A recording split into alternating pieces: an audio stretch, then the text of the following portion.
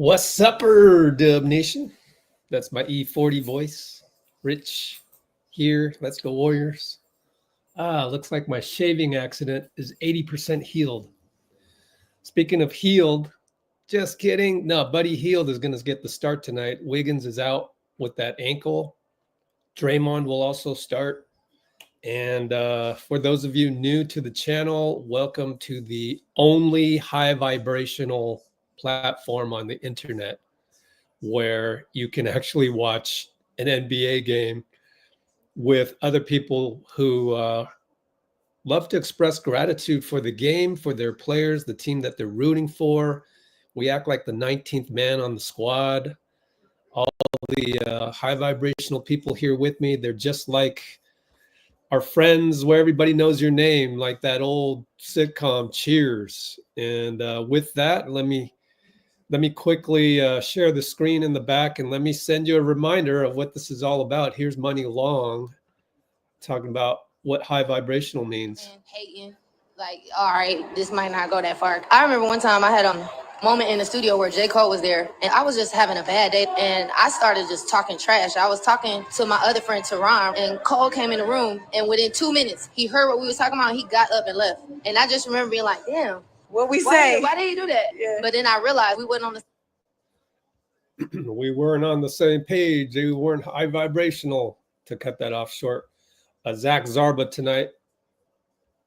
I don't like him that much. It's the same type of ref as, you know, Josh Tiven, as Tyler Ford. They're all, you know, above average, but not great to talk with. Liable to give Draymond a technical. I'm just saying. Andy Nagy, don't know too much, and Daniel Scott don't know too much about her either, but she is hopefully not too bad and understanding to Draymond's fire. I've got the box score all set up here. So again, they're starting the same. We are starting with GP2. Jonathan, Draymond. It's funny how they put JK at power forward. It doesn't really matter. There's this whole thing. We got a angry comment on YouTube. It was like, oh, but JK's a small forward, Steve. I want to bully Steve, because Steve was on the podium saying that JK's a power forward in his mind. It doesn't matter, guys. It really doesn't matter. The offense isn't really predicated. Our point guard is not a traditional point guard. Our point guard plays the two as well. It's a hybrid. So people getting mad over that is just something else. And I hope to see Buddy Hield inverted screens for JK with Steph Curry ready for the catch and shoot. I am so excited for that. I'm like giddy, very, very giddy. Let me be the first one on the internet to say that. Literally, I am giddy about the prospect. I'm typing this in, of a Hield-Kuminga inverted screen with Steph Curry weak side. I mean, that's what makes this channel different. We think about those things. We get giddy about those things. The average casual on Twitter could care less. The average nationally televised, I don't know, whatever, broadcast could care less about these things. But we know our team so well. We know our team inside out that we can get giddy about these things that just other people don't.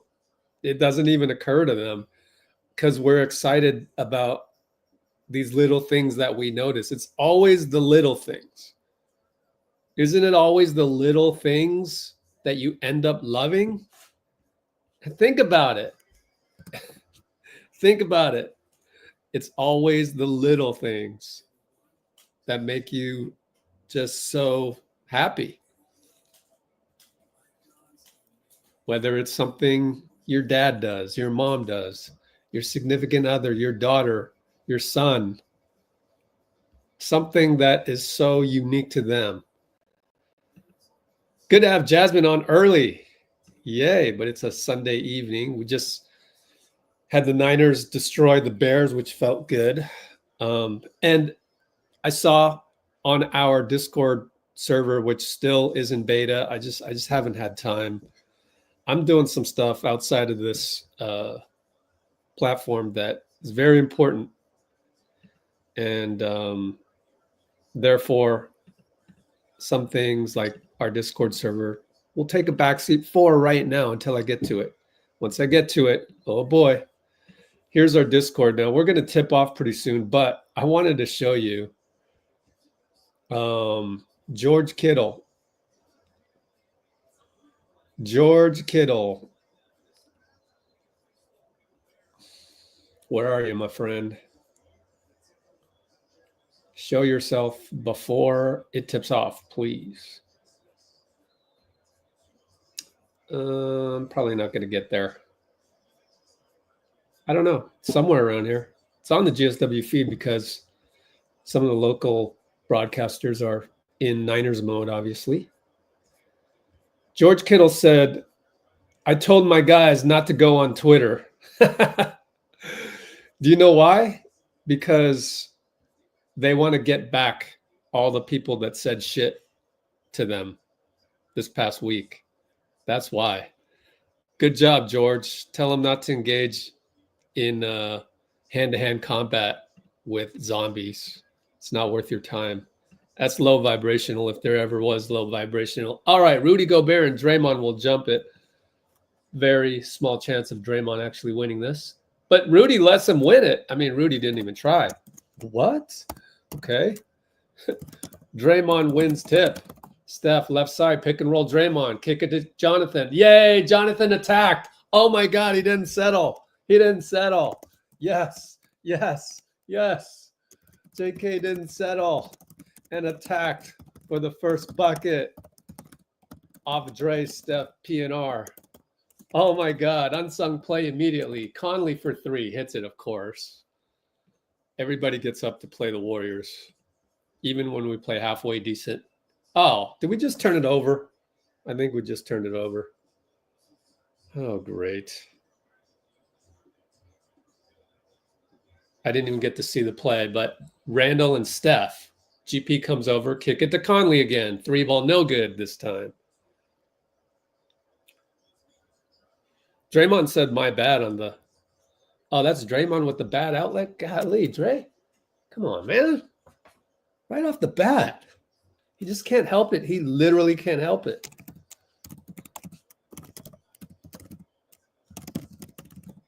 Anyways, we miss again, and I think we missed. And then Conley now out to Ant. Ant Gary. Good matchup.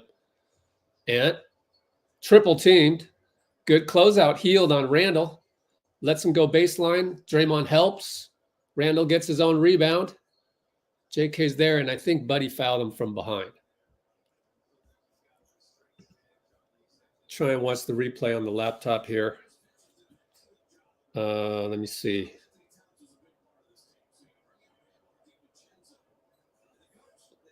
Well, JK didn't get back in time. Draymond might have been fouled, but I need to rewatch that one more time as the free throw goes up here. Made first. Yep, Randall fouled right in front of Zach Zarba. Randall fouled Draymond.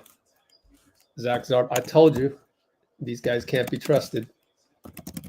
Randall fouls Dray on OREB, no call. Zarba, right in front of Zarba. I'm telling you, Zarba doesn't like him. There's some guys that just don't like Draymond. They've never refereed in Oakland. Never refereed in Saginaw. It's a cultural issue. JK, fadeaway baseline, no good, but I like it. GP2 rebound, put back.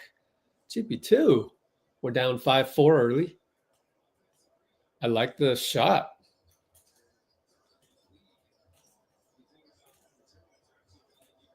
All right, McDaniels, Steph, over to Randall, looking for handoff. Got it to Ant. Ant GP goes, steps by GP, scores, and yells at GP. He's got a lot of fire. But you don't want to stoke it. It's just like Draymond. Steph around to Draymond. Oh, action with Draymond right back to him. Beautiful play. Vintage. Steph, Dray, shared brain.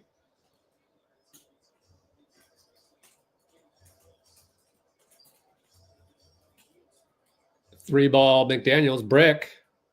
JK rebound. It's great that we're going to pretty much see JK start from this point forward. JK, step back three with the Draymond pick. No good. Rudy, rebound outlet. Conley, left side. Post up, Randall, JK. Jab step into the lane. Fade away. Good defense, JK. Good chase. Rebound for Buddy. Gets it to Dray. Conley's holding Curry, so we'll go the other side. Back to JK. Goes up on Rudy. Short. Wanted a foul.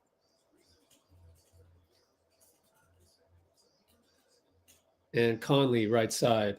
Screen, Ant. Switch to GP. Back out, Ant, Buddy. That's the one they want. Ant dancing. Pulls up three over Dray. Splash. Oh, they were talking about pregame. They were talking about, oh my God, we just threw the ball away. High school, middle school play. Man, who do I blame on this one? Steph said, go to Gary. I mean, is it because Steph is just getting old? I don't get it. Wow. Steph says, throw the ball to GP. JK throws it. GP not looking. I mean, JK gets a steal and Ant pushes him. That'll be a technical, no doubt. No doubt. If they don't call this a technical, then there's got to be bias because Draymond was in the area. I don't know.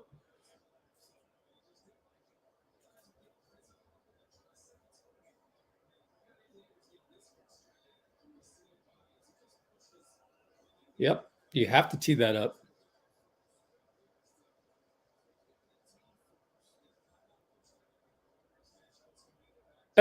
The irony in Draymond saying everything's okay. Don't get mad. Come on, Ant. So, Steph, free throw good.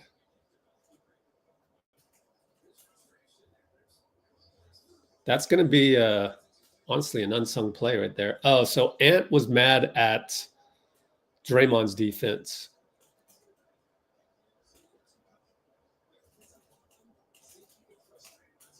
All right, Steph, Jaden, screen GP over to Dray.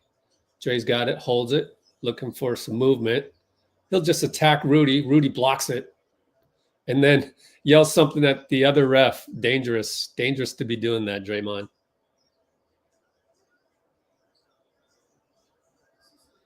And he yells at Zach Zarba this time.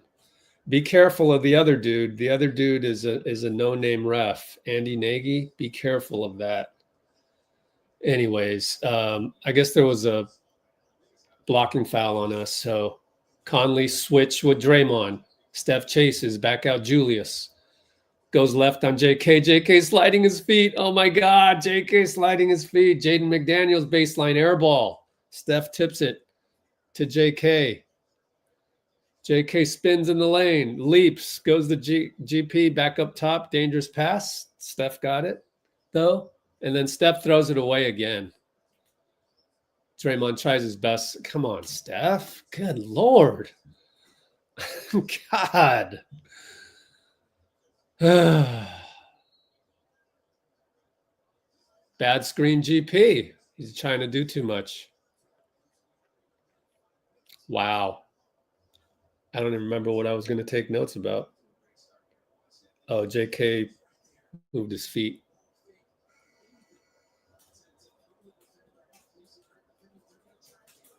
God, bakery's open. We got bad pass Steph, bad pass Draymond.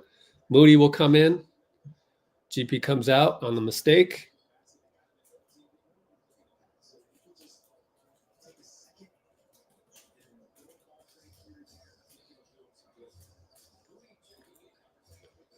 All right, Moody Ant. Ooh, Moody's got a hell of an assignment. Is that 2 fouls on GP? Is that why? Yep, 2 fouls. Jump hook, Randall, good. Steve calls timeout. So we are now down 14-7 by a touchdown. 7:03. So pregame, everybody was going, "Oh, Minnesota, such a well-constructed roster, and they're a force to be reckoned with." And dude, it's Anthony Edwards. That's how good Anthony Edwards is. It's like when they traded Cat, everybody was like, "Oh, I don't know what they're doing. I don't know." Bro, the reason why people didn't need to react the way that they reacted when Cat was traded is because Anthony Edwards is really that good. Like, he is a top 5 player.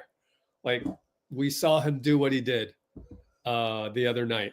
Just total control of the game, managing the game, dancing out there, 3-point line, maybe pull up for 3, maybe catch and shoot. Talked about it on the video that I got here, way over here. Anthony Edwards and Steph. Anthony Edwards from the locker room right here, talking about whenever I get that catch and shoot, I'm thinking I'm making that bleep, B-I-T-C-H. Okay, so can we cut it out with the whole analysis of the Minnesota Timberwolves? The only reason the Timberwolves are still Western Conference Finals contenders, therefore finals contenders, even with the loss of Cat. Of course, you bring in Dante DiVincenzo, but the star power there doesn't compare. And Julius Randle. I mean, the reason why they're a force is only because of Ant, really. He's the fulcrum of that team. I mean, yeah, there's everybody else fitting in around him, but like the reason why there's like they might have improved the team, the chemistry and stuff like that, the way, the style that they play. And Conley's the perfect complement for that. So is Rudy. All of that. You're taking another shooter off the court, and you improve. That's freaking Ant Edwards, man. Give him some respect. And people just they don't know how to observe the NBA anymore. I don't get it. Go ahead, clip that, send it to every NBA journalist out there. Show them I'm throwing them under the bus or something or whatever, but I don't know. One of these days, I would like the 2 million viewers.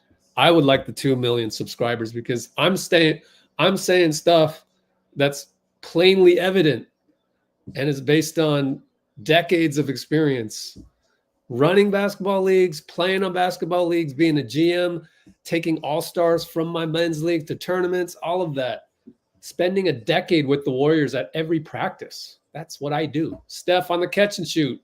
3-ball good. That's a great ATO where you go, hey, Draymond, go set a pick for Steph. Done. ATO, Dray sets pick. Off ball for Steph. 3. Oh, they throw it away. Steph this time finds the touchdown pass. No problemo. Great defense by Steph. Give him credit.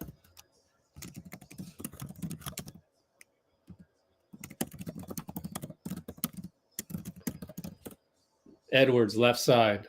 Moody on him. Dray showed McDaniels, one-on-one Buddy. He'll score. Too long for Buddy. That's okay. He's the fourth option out there. Hield, catch and shoot. Rainbow, air ball. Randall, rebound. Man, Hield's been off, but he'll work through it. And dancing, crossover, 3-pointer, no good. Draymond, rebound. We're down 4. J.K. got Randall. Goes with the, what do you call that? Rip through, and it didn't work. It went out of bounds. Our ball, though. I thought he got fouled. Man, let me watch the replay one more time. Let me clip it, in fact, because I love that play by him. It's really a nice play. I wish I had that move back in the day. Add to the repertoire. I don't know where he learned that. Oh, my God. J.K. got fouled. But it was the ref was behind him. And then Draymond's going to get a layup from Hield. Man, J.K. got fouled on rip through, no call. Hield to Dray on the baseline inbound. Naz Reid in the game, no good from 3. We'll have to take a look at that later. 3-ball Buddy Hield, no good. Brandon checked in, and I think Steph went out. Yep. McDaniels finds Naz. Naz is like, no, Naz goes to Nikhil, back to Randall. Attacks the paint. Good double by Jonathan. Kick it to Nikhil. 3-ball good. So they did what they were supposed to do, work the ball around and cash in on the double. But it was a good double. Not bad, JK. Not bad on defense. I'm seeing some things. Moody catch and shoot. No good.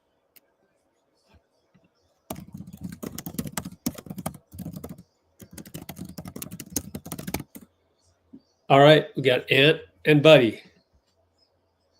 Moody comes over. That leaves Naz. Oh, boy. You can't leave Naz.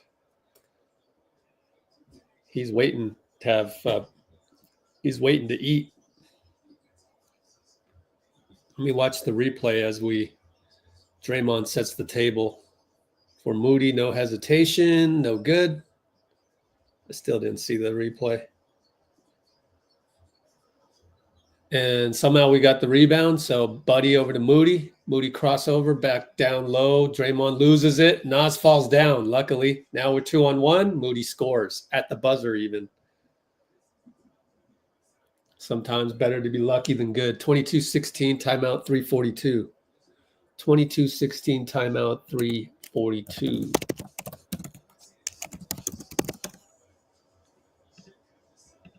So let me watch this.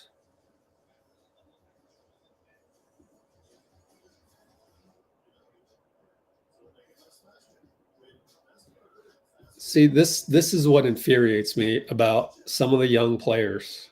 Okay? They just don't process this fast enough in their heads. And that includes Brandon Pajemski. Wait till you see this. I mean, Brandon he has great instincts and all, and I forgot to go live on Instagram. We got to go live. Of course, I should probably charge my phone first. Charge my phone there. Okay.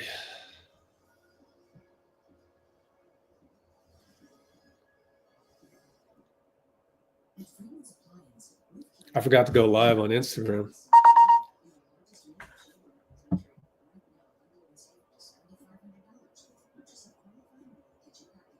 Anybody see Wicked? I saw the musical, so I really like the story.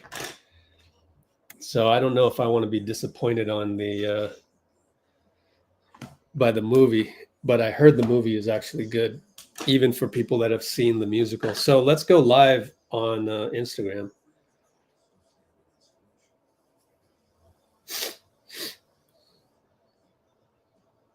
We're going to go live here on Insta. If I can just get the phone holder to work.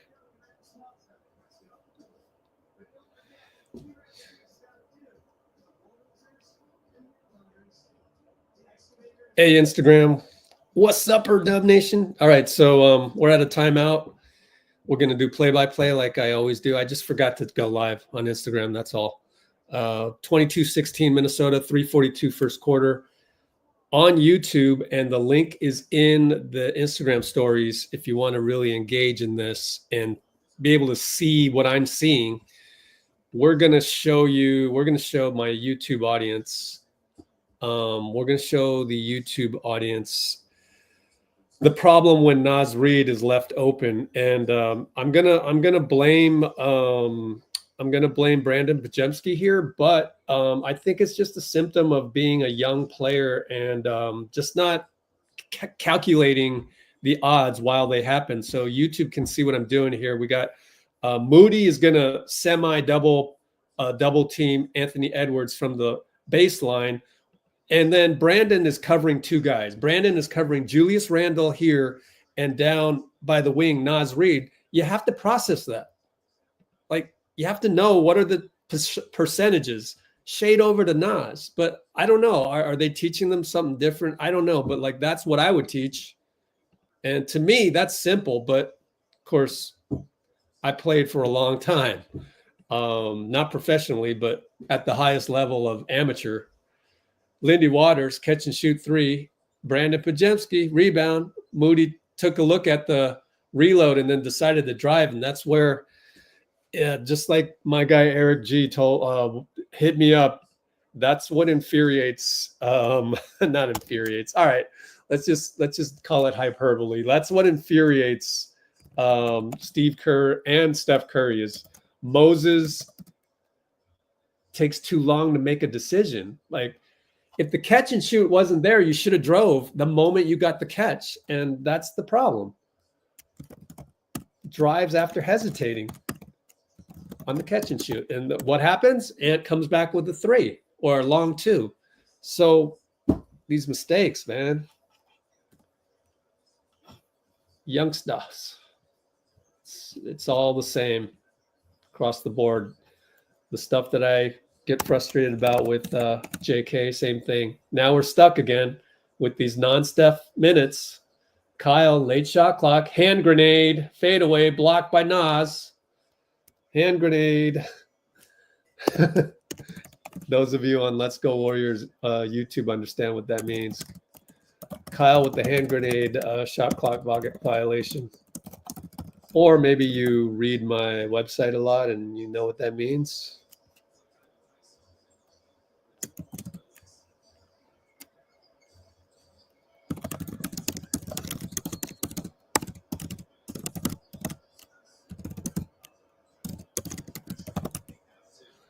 So we've made 3 straight mistakes, and that is really the problem with the young second unit. Is not only is there a lack of a dynamic player, and I don't want to hear, 2 weeks ago, our bench was playing better. 2 weeks ago, you had JK on the bench, so you had firepower coming in. Now you don't. So it has a lot to do with Melton's absence. Steph's going to come in, so the net of not having Steph on the floor wasn't as much. Looked like Moody was a little slow walking out of there. Yeah. Moody's not happy with that. I don't think Moody's happy with that. So Steph checks in. Mo looks, what do you call it? Dejected. I'll tell you why. The reason why is what I told you last time he had the ball. Steph, 3-ball in and out. And Mo just has to do one. You gotta like know what you're doing before you touch the ball. Anyways, have a plan. Dante misses a 3 with the screen from Naz. No, from Nikhil. Maybe Naz. Anyways, Kyle to Steph. Steph inside Looney. Looney scores. Kyle, Steph, Looney, tic-tac-toe. And that kind of ended the drought of 3 straight mistakes. Therefore, and Lindy causes a turnover by Jaden. Tried to cross over, and Lindy got a hand on it off his foot. Now, if only Moody had that, right? What if Moody had that ability right there?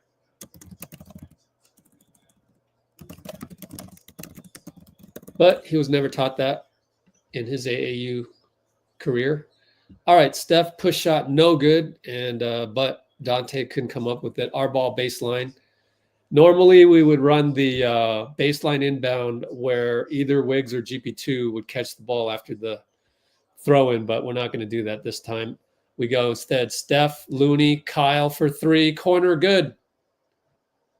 And he points at the bench that he used to play on with Minnesota. Points at his former bench. Dante attacks Lindy, so that's too easy. But that's where, that's the problem with Lindy. He's not athletic enough.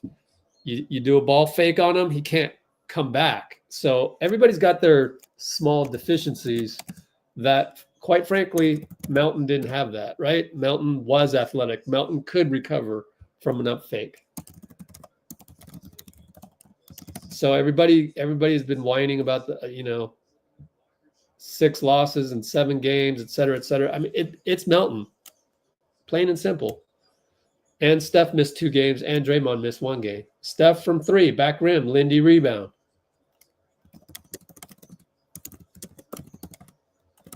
Pods is going to shoot a 3, air ball. That's not going to look good on social media. It's all about the look. It's not about the substance. On social media, people like to bully superficial things. Dante Lindy, 17 game clock, 3 ball for the sub. Who is that? I don't even know his name. I forgot. Josh Minot. Yep. Pods on Josh. Looney back to Pods. 4, 3, gotta go. 2, he does go. Gets in the lane, tries to pass the ball. Gets deflected. So 3 straight mistakes again. We can't be doing that. Not going to win games that way. And those were all with Steph on the bench. So little discombobulated outside of our normal rotations.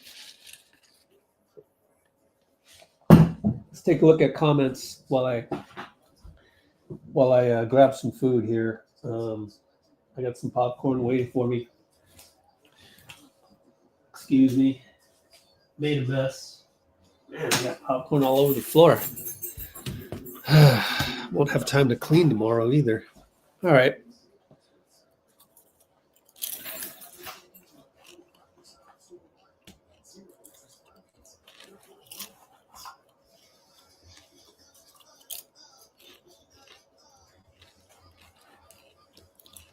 Someone was stressing about Steph.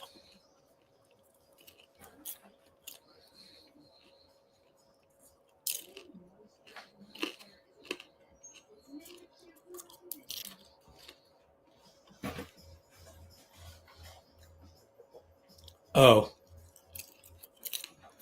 Steph is in a slump. You're gonna say he's in a slump, and the dude's dealing with double knee, whatever it's called. Starts with a P, patellar or whatever.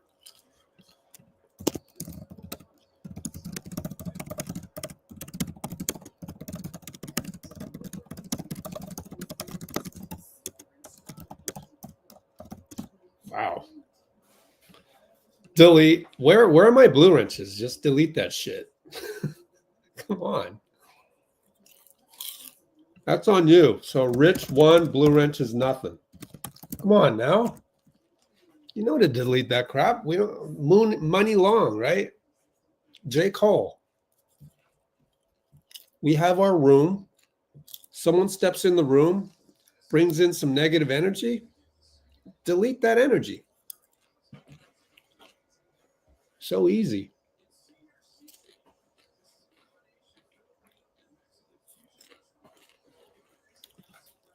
I'm frustrated today. Right. Okay. I love it when people just go online and say something as if it were true, right?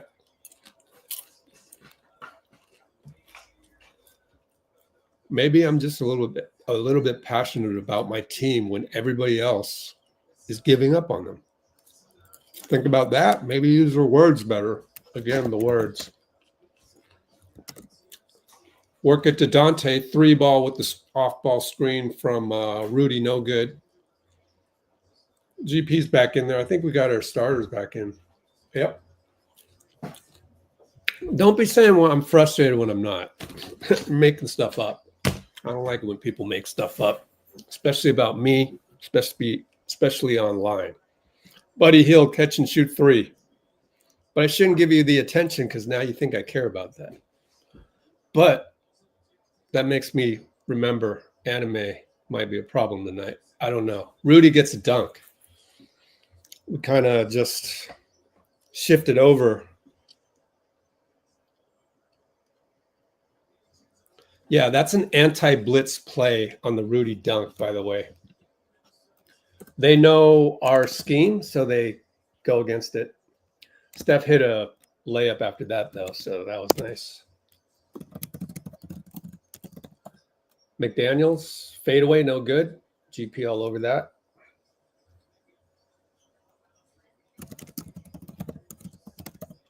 Steph for 3, on the catch, Draymond assist. Shared brain bucket there. We're only down 3 after the, really it was a dismal, couple minutes. Buddy gets and then Steph threw it away. Dante 3-ball, thank goodness he missed. Can't get the rebound. Draymond has to cover 2 guys now, scores. That's tough, but that's the modern NBA. Long guys, all of that. Wow. They took a while to call the foul on Jaden. A little bit too much physicality on Steph.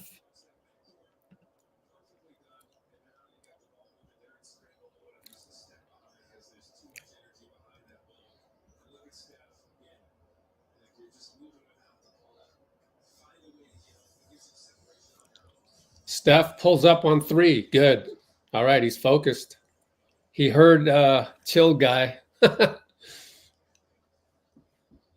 It always balances out. That's why you should watch what you say on social media, because within a couple minutes, you could look silly. Naz Reid spinning in the lane. Foul on J.K. and 1. Wow. Really? Let me rewatch that. Look, ticky-tack. Wow. I don't know. That was a ticky-tack foul. Does J.K. get that the other way? Good box out, Draymond. J.K. waves GP off. Brings it up. Inverted screen coming. Jaden fouls Steph again. Jaden can't believe it. But Jaden, that's the type of player you are, man. Been that. I recognize that when you grabbed Clay's jersey and you didn't let go, which then the dominoes fell after that. Jaden McDaniels, I couldn't stand players like that when I played like Filipino leagues or whatnot. But you love that as a teammate, because here's a guy that just physically bothers you and all that. Inverted screen. JK down the lane. Kick it. Buddy. 3-ball. Missed it. Nice look, though. Nice release. Conley. Dangerous pass to Jaden. Runs into the ref, but they still got it. Screen Nas. Roll. Good job by Steph on the roll defense. But Dante misses a 3. Conley rebound over Buddy. And then Dante throws the ball to Buddy. Buddy can't handle it. Loses it to Conley's veteran fast break defense, honestly. Conley can do that. Make a mistake into a steal. Look at Steph with the post defense on Nas. Corner Dante 3-ball over Draymond. Steve's got to call timeout because Minnesota can get up a shot anytime they want, and Ant's not even on the floor. So, very concerning.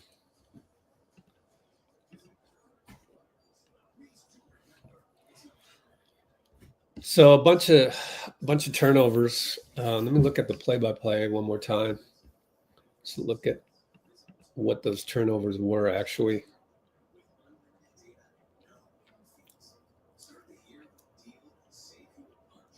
Hield turnover.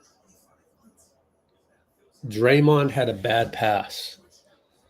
Yeah, and then Buddy steal and Draymond bad pass. Man. 2 more turnovers in the last since 10-19.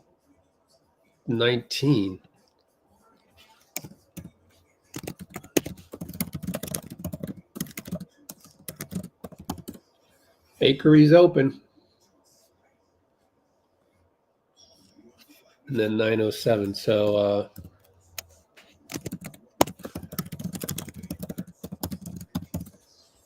let me see. How many turnovers is that?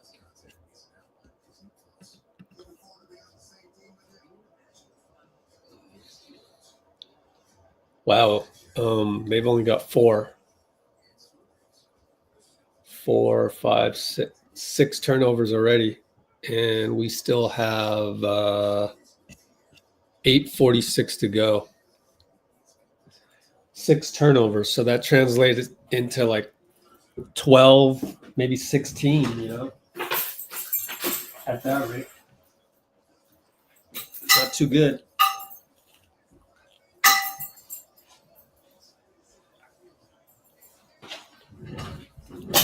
It's a slow process.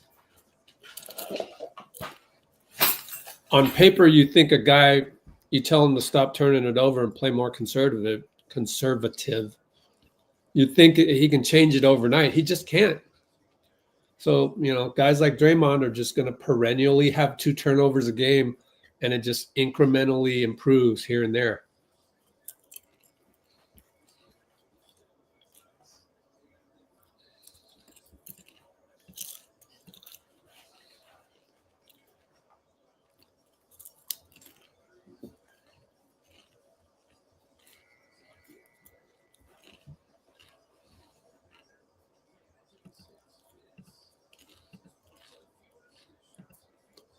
You're not doing 19th man stuff.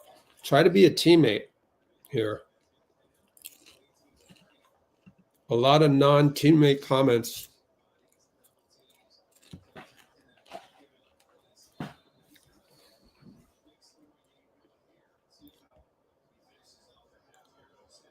lot of complaining. No, you're not just venting, you're venting. So it's not just. Steph with the English off the board, foul and 1.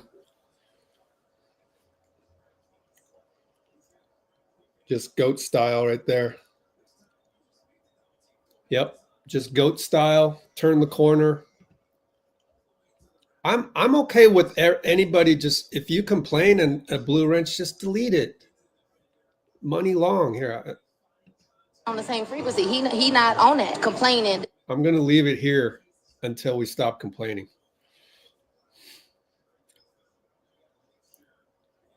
Just like the Warriors, I'm going to need to see Steph missed a free throw, but GP got the rebound. Reload, bricked it because he hesitated on the reload. And you'd think even the greatest shooter ever on the planet could still make that, but he did the human thing, which is you fake and then you shoot it again and it's a brick. How many times has that happened to regular people? Dante on the catch. You got to read Dante. It's just like, GP, yo, let me rewatch that. What is GP doing? He's going to help on Randall? That doesn't make sense. GP, meanwhile, fighting with Dante. Dante will win that battle.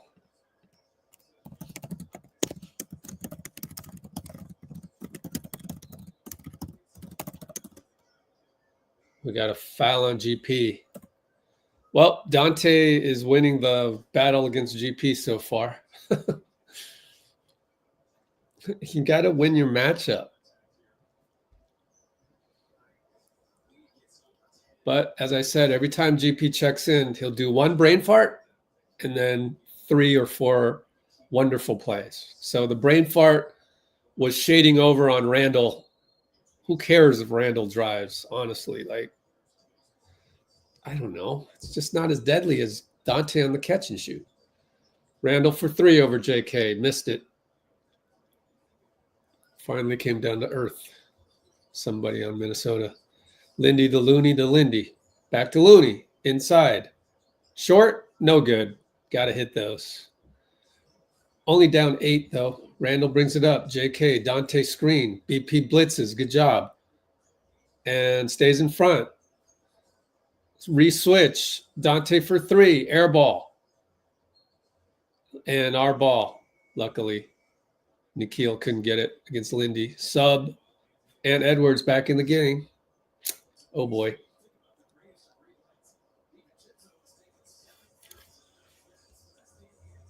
All right. We'll go back to the box score since you guys have stopped complaining in the comments.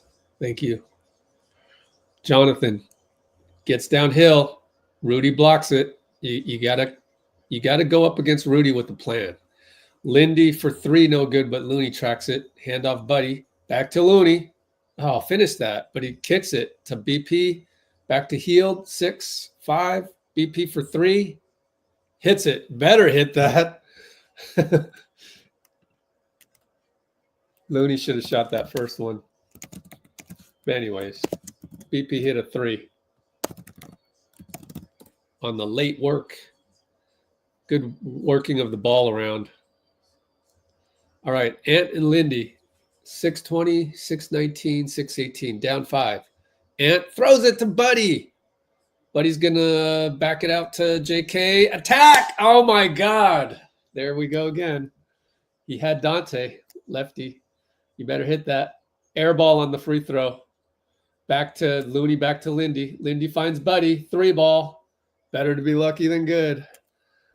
Hield hits a 3 after JK. Should have toasted Dante. Lindy to Hield 3. Loon, Orebs. So Looney getting rebounds. Timeout, Chris Finch.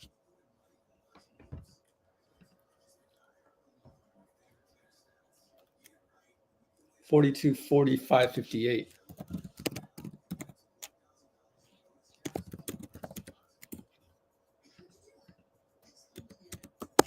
So what happened to the dude that was saying I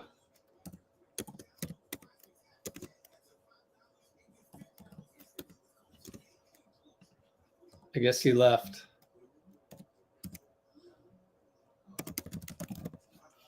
I'm glad he left. Oh, he's back.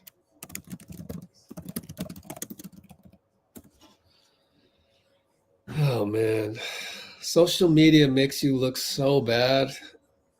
It's almost like just don't comment. Don't comment any complaint. Don't comment any bully thumb type thing that you want to do. Only comment positive shit. If you only did that, you would never look bad. Now you look bad. You just said bench. You just said bench Buddy.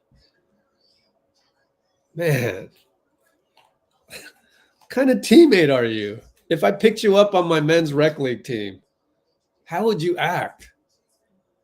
I missed a shot. Yo, Rich, you need to be benched. Really? How about if I put you in the game?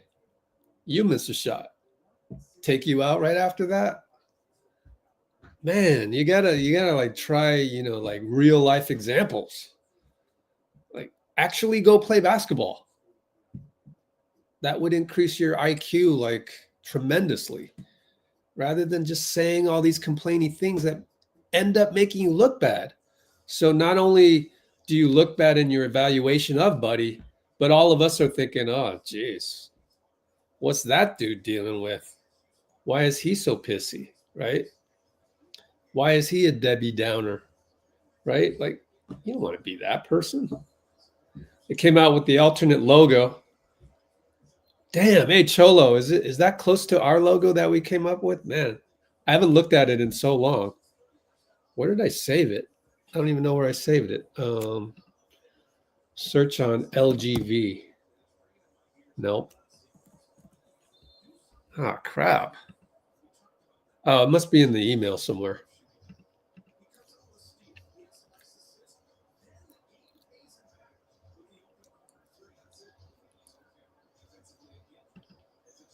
Man, you guys really want to just say bad things about people. Golly. What has social media done to you? You used to be a human being. Anyways, Randall hits a 3. Well, what are you going to do, man? He's going to hit a 3. He's going to hit a 3. They're just a good team. Buddy. Elbow. Jumper good. Bench him, though. Bench him. 5 straight points. So many horrible teammates on social media. Julius Randle hits another one. He's getting hot. So now you got to really guard him. Like, you can't just play the percentages no more. He's hot. JK down the lane gets fouled by Julius. Let's check fouls. Anybody in foul trouble? No. Randall 1, McDaniels 2. Yep. Minnesota got some good assets, good athletes. Randall's pretty good. J.K. made a free throw. I want to see J.K. getting downhill on that one last time.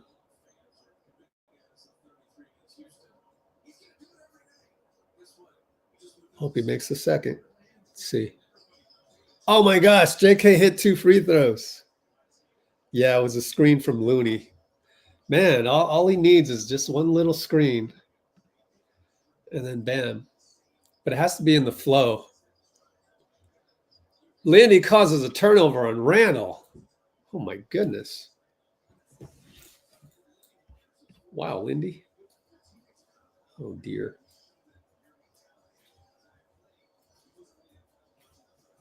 I can't type anymore.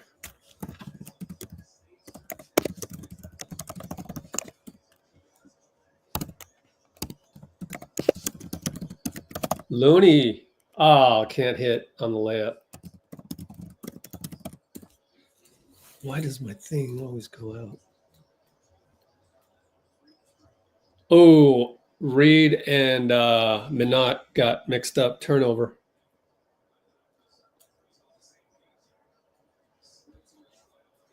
There we go. Steph is what? Is he coming out? No, he's in the game. Good. Buddy came out. BP brings it up. 414, 413, 412. Handoff with Looney back to BP. Here comes Lindy off of the Looney pick. BP again over to Lindy, over to JK. Steph's in the corner. JK pops a 3. Line drive, no good. Randall rebound. 357. Randall tells people to ISO him and Looney. Now he's going to attack Looney. And he throws the ball away behind the back to nobody, to the ref. Well, that was embarrassing. We're down 4.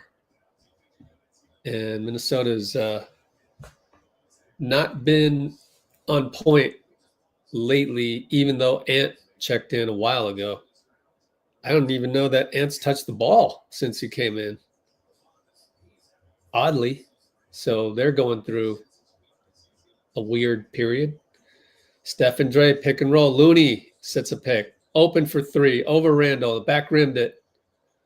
McDaniels grabs a rebound with his 7-foot wingspan. Nikhil left side on Lindy. Scores. Is Nikhil lefty? Wow, good take. Steph on Jaden. Here comes a Dray screen. And Dray pushes away, but it was Jaden was holding the whole time. You got to know that you have an average ref. And with the average ref, he's going to call the one that he sees last. You got to sell it. It's a holding on Jaden.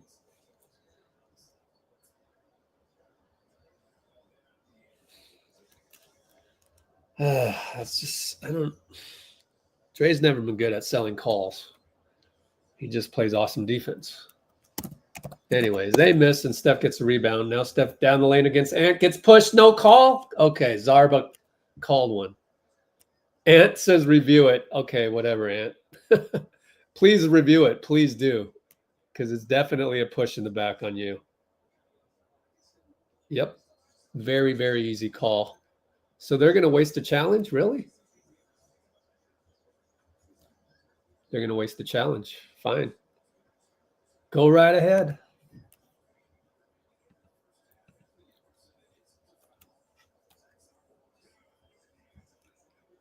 Which time we got? 3:01. Challenge coming up. Somebody on Twitch is asking if I think Anthony Edwards is going to shoot more than 3.5 threes. I don't care. Honestly, I don't care. It ruins the experience for me to bet on something.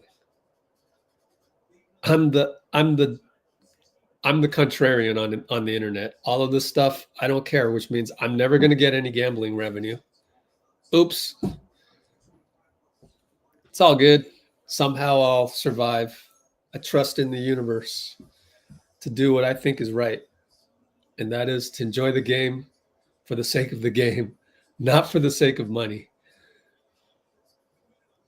Now, will the ref screw this up? That is the question.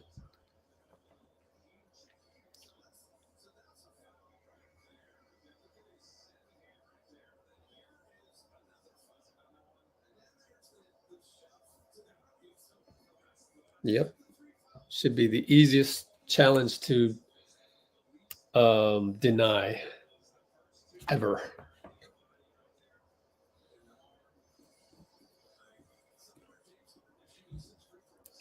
Ant's arrogance is going to cost them a timeout, but it's the first half, so it don't matter.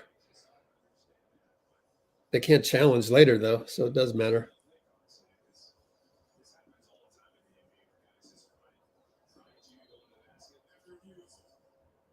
After review, Anthony Edwards fouled him 3 times.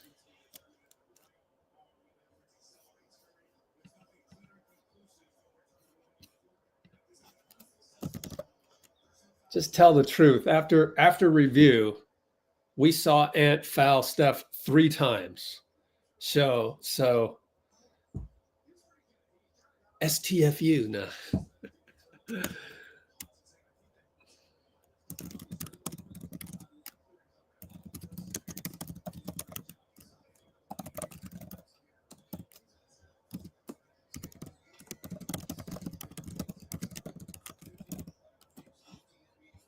Steph makes 1 free throw, so we're down 5. Mike Conley in the game.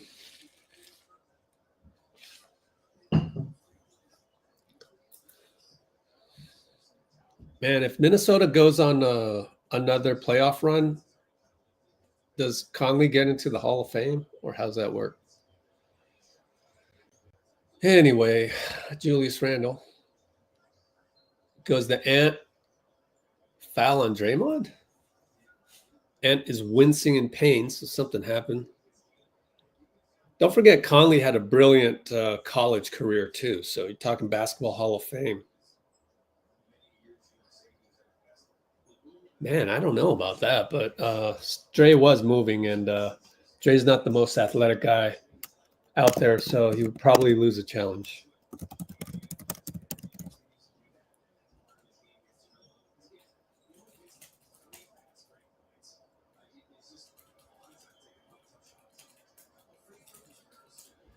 So I do think Mike Conley should go to the Basketball Hall of Fame because of his college career, giving him the extra boost to get in there. Him and Greg Oden were a force at, I think it was Ohio State, right? Was it? And I can't remember. Correct me if I'm wrong, Dean Chambers. Hey, we got a new name in there. Yoko Nakagawa, welcome. Hope you enjoy my different style. GP brings it up, screened by Draymond, but Ant stays on him. Now it's Draymond Randall, left side, looking for Lindy. Got the screens from Looney, and Lindy goes up for a layup, in and out. Man, that sucks. Steph over to Draymond. Reload, no, he curls around. Now he's dribbling around with Conley. And then she points the wrong way. Oh, it's out on Steph? Man, really? Thought it was out on Conley. Steph wants a foul, but I don't know about a foul. That's another turnover. Yeah, it is on Steph. Come on, Steph. It's a high school turnover.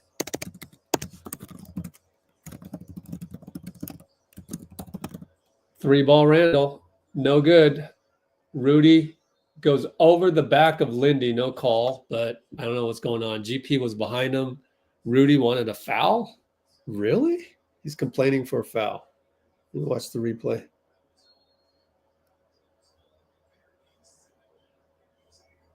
I don't know. GP got it pretty clean to me. Anyways, Conley, Steph. Conley trying to turn the corner, goes baseline, finds Jaden opposite. Good defense, Lindy. We're seeing good activity from Lindy. Edwards at the buzzer. It's shot clock violation. Good defense, Lindy. Give him credit. Stayed in front.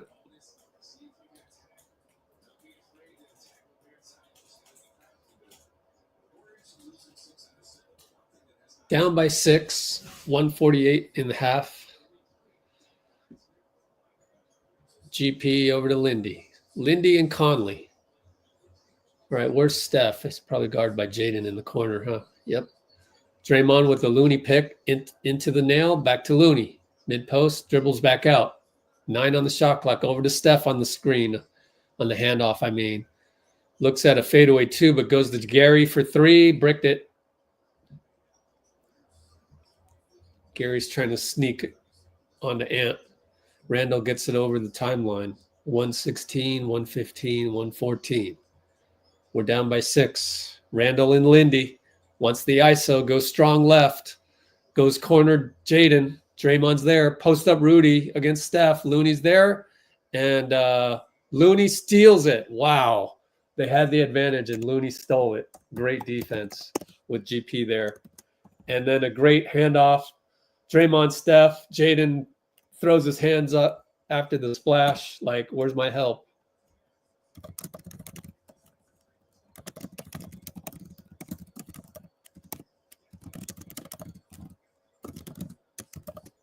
All right, we got 38 seconds. Rudy on the roll. Over to Randall, over to Jaden. Free 3-ball in the corner. And they're hitting those corner ones. It's nuts.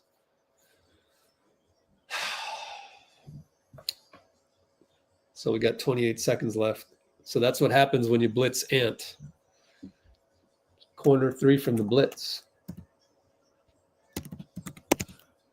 Steph for 3. Missed it.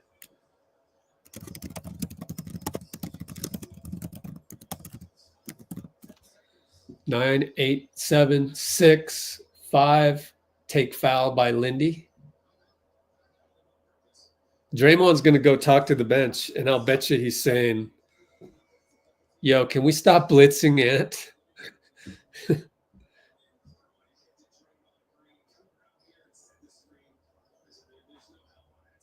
So they're going to get, who are we going to get out? Steph's going to come out on this defensive play with 6 seconds. 5, 4. Ant crossover. Conley corner. We doubled him again. Honestly, if you need to blame somebody, it's Jerry Stackhouse. I don't know that Brandon is to blame here.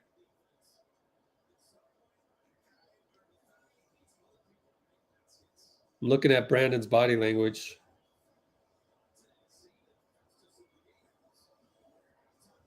I don't know that it's his fault, is it?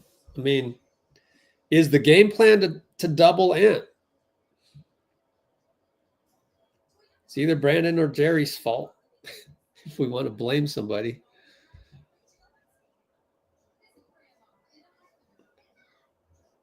Well, I tell you what, Draymond was there for the double.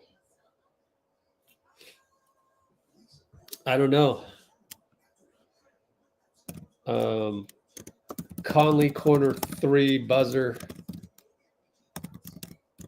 Either BP didn't read the double by Dray, which the young players have problems doing that. They're all over the place. They just not very high IQ on defense, but they're young players. So what do you expect? It takes repetition and years to become a good defender. I mean, it took Steph like 7 years to become a good defender positionally.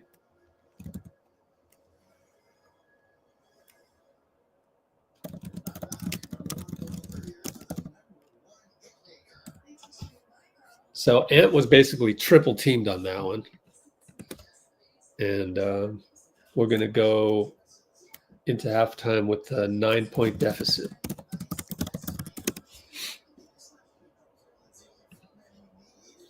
I guess I'll clip that just so we can look at it.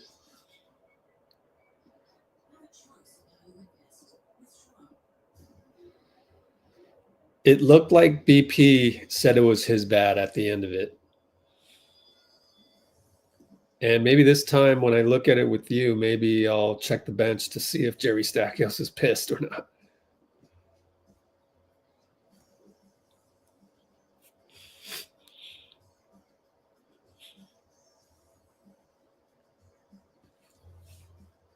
I'm watching Jerry.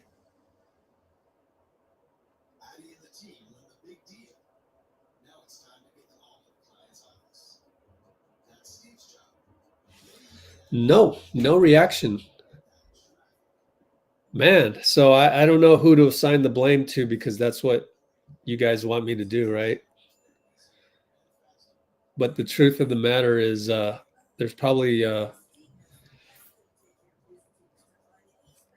game plan adjustment needs to be made.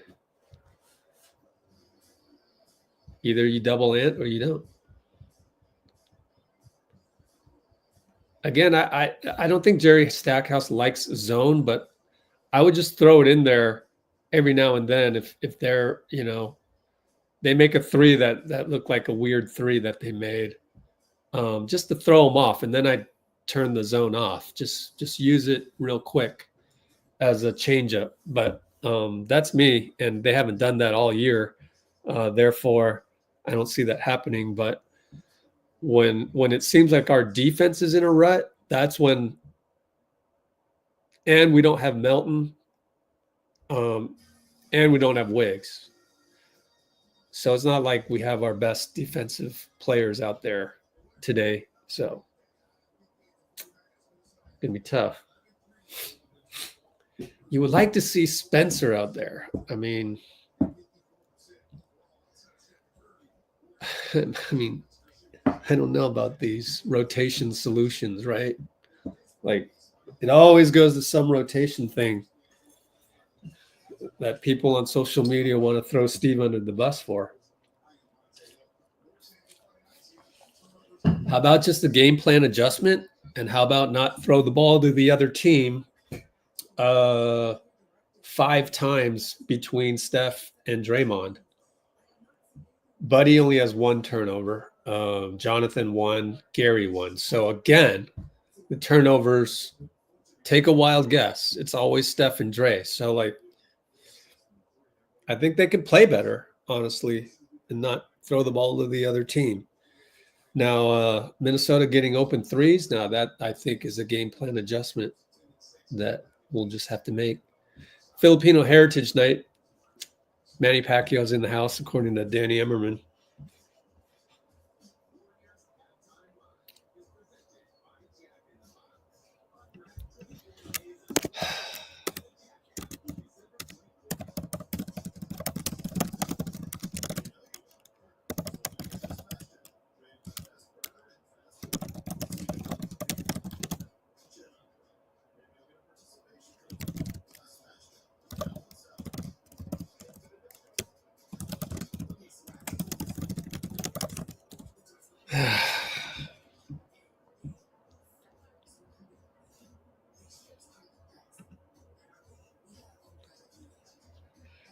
I got to just delete the whiny comments. Just like, it's just crazy.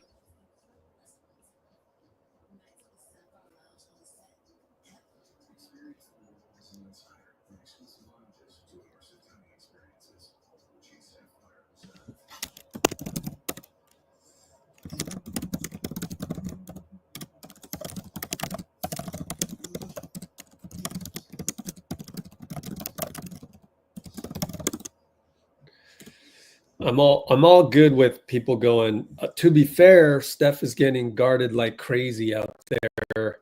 So he has 3 turnovers. All right, cool. That's fair. Use the to be fair on all 18 players, please.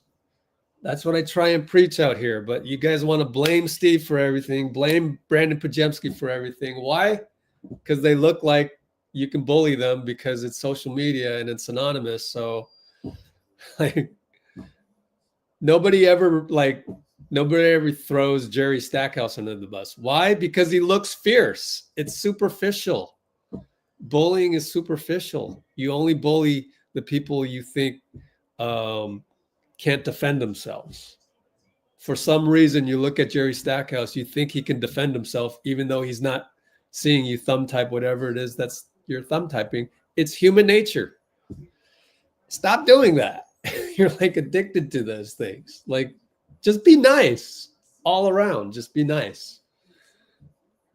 again, I love what Nikki brought up.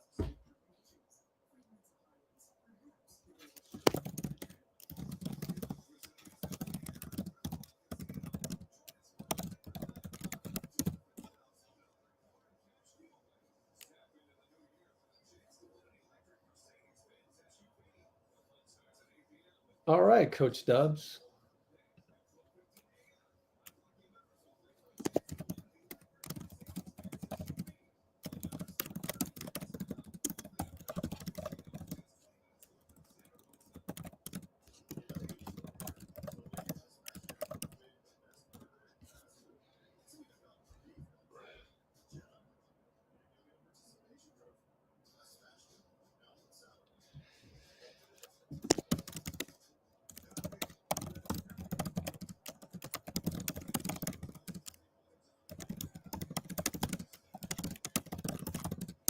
All right, so I got to repeat myself yet again. And in fact, I'm kind of surprised.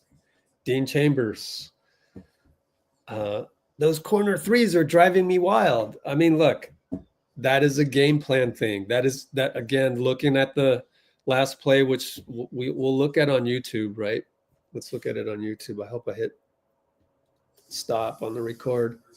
We have some time right now at halftime. Oh man, I swear, every time we struggle, I end up just trying to teach you guys to stop complaining as human beings and just, but I want to complain, nah, dude, it's like you're stressed out. I want you to be more aware of what's happening in your real life that's bleeding over into the Warriors. Like, the way I look at it is these open corner threes, one of two things is happening. Either they're executing Jerry Stackhouse's game plan and the game plan needs to change, actually one of three things, or they're not executing game plan and they're screwing up, which means they got to play better, or it's a combination of both. What I think it is a combination. Like that last play or play given up by Brandon. Let's take a look at it.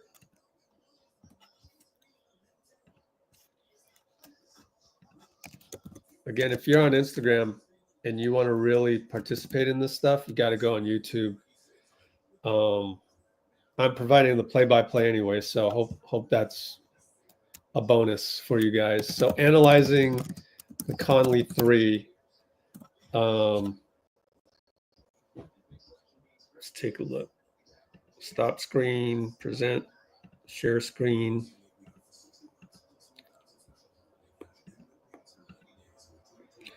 So right here, Edwards gets the ball, gets into the nail, and that's where BP's instincts kind of are like, well, it looks like Edwards has beaten the blitz, which was way over here at half court. But what he needs to read that Draymond's in the picture. And in my opinion, he's only in his second year. He's unable to read that right now. We can only hope that he can read it by the end of the season. But Draymond in your picture should process in your brain as do not help. Draymond's already helping. But it's too late because he's already leaning this way, wanting instinctively to take the charge. Meanwhile, Draymond is right around to pounce. And that's why this gets open. Now, the end of it, BP says, my bad, right here. See that? And you see Jerry, they're not even, So I don't know that, they're just, if Jerry Stackhouse isn't angry about that, like, why should you be? It's just, A, it's a great play by Ant. B, it's a great shot by Conley. And C, it's like, you're asking BP to not be BP. It's hard. But what you can do is you can just coach him some more and say, hey, look, what you can do is not just coach him some more. You can game plan it. You can say, okay, we're not doubling Ant. That's the rule. And I think that's where Stackhouse actually has come in and changed the culture, where you can make it a rule that you're not going to help on Ant. You could even make a rule that if Dre helps, then you don't help. Then you abandon the help. But Stack implementing black and white rules this year has been helpful overall to the young guys. Now, if Stackhouse gets off the bench and yells at somebody, then it's all go ahead and do the same, because he's the 19th man, or he's actually one of the coaches. Then you can go ahead and emulate him. But I think there's too much pointing fingers, but that's what people do on social media. I hope people on my channel, looks like it, so far so good. I hope people understand. See, this BP is not in his head. I don't think he has terrible body language.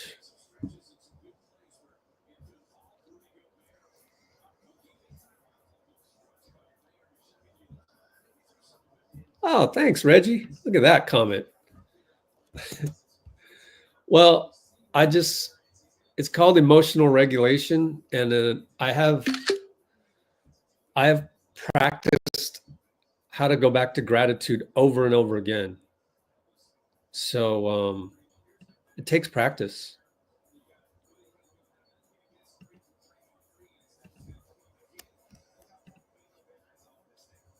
Let's see, December 6th. No, today's December 8th. Thanks, Reggie. I'm glad you're on here.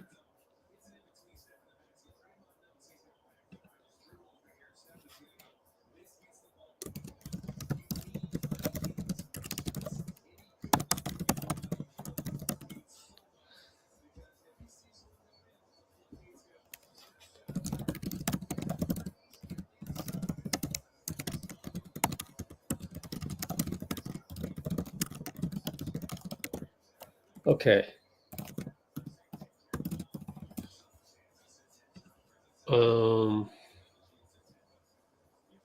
Reggie the bodyguard. Well, I try real hard, and it's hard. Don't get me wrong. Oh, it is hard. All right, Jaden McDaniel's going to walk the ball up, and I got to send that screenshot to myself because that was a good one. Thanks for the comment. I got to star that one. Rudy in the lane. Oh, falls down, foul on Draymond. How many fouls on Dray? 3. I didn't get to see the play, so can't really be outraged at it yet. Let's watch the replay. Oh no, did they call a tech? What's going on? Nobody's in the lower level anyways. Oh, we're going to challenge it. I told you, Andy Nagy, these no-name refs, they're going to call some weird stuff. I've had plenty of experience with that in fill-in-the-blank Asian American tournament out of town. Dude, we fly into wherever it is. I don't know. Where's a good place that we played a tournament? I mean, Los Angeles. We go to Los Angeles, playing the Tiger tournament. And just these refs that you don't know. And just like, who the hell are you? And like, they're making these calls and it's just like, whatever. They don't know us. We don't know them. They make a weird call. It's not anything we've seen back home. So that's the problem when you bring in kind of these newbie refs. And you know what else? Adam Silver doesn't understand that. Like what I just said. Do you think Adam Silver? I mean, Adam Silver was getting an MBA. when I was taking my team down to LA for a tournament and experiencing bad refs. That's why when I got refs as a commissioner of a league, I took that to heart and I tried to do my best. And I always wanted to be at the game so that I could influence the refs a little bit to be more, just to be better. Like not to slap techs here and there, and to kind of just make it a better experience. After all, guys are paying me to play in the league or the tournament. And Adam Silver doesn't understand that, but he understands how to make billions of dollars, and I don't understand that. So good for you, Adam. But sometimes your product sucks. If I were in charge, we wouldn't make billions, but my product wouldn't suck. That's the thing. But I don't know how to market that. I've always was terrible at marketing. I'm terrible at marketing with Let's Go Warriors. How do you tell the world that we're the one place where there's less complaining? And how do you make that more appealing? People don't want that. I don't know how to market that.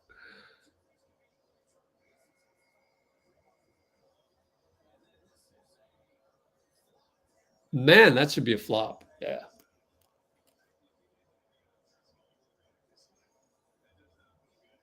He got hit in the eye. We couldn't see it from our angle. Well, I respect the attempt at a challenge by Steve. I respect that. And I think it does send a message to the refs. Like, nah, we don't trust you, ref. Andy Nagy. Ant with the 3 over Steph. And that's the thing, man. When he's got that in his repertoire where he can just pull up on a dime like that, damn, and just, wow, that's Michael Jordan like looking.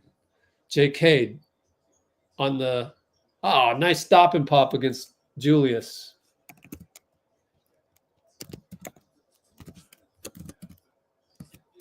Dribble, stop and pop. He needs to do more of those. I think that's a weapon. Edwards misses over GP. Outlet to Steph. Steph to GP. Dunks it. Thank you. We're down by 8. Dang, we were down by 10? Shoot. Jaden Steph. Ant. GP. Ant. Over to Randall. Randall 1-on-1 JK. Goes into him. Creates space. No call. Looked painful. JK. Touchdown pass, Gary. Again. Gary, 2 touchdown passes in a row. Thanks to Steph.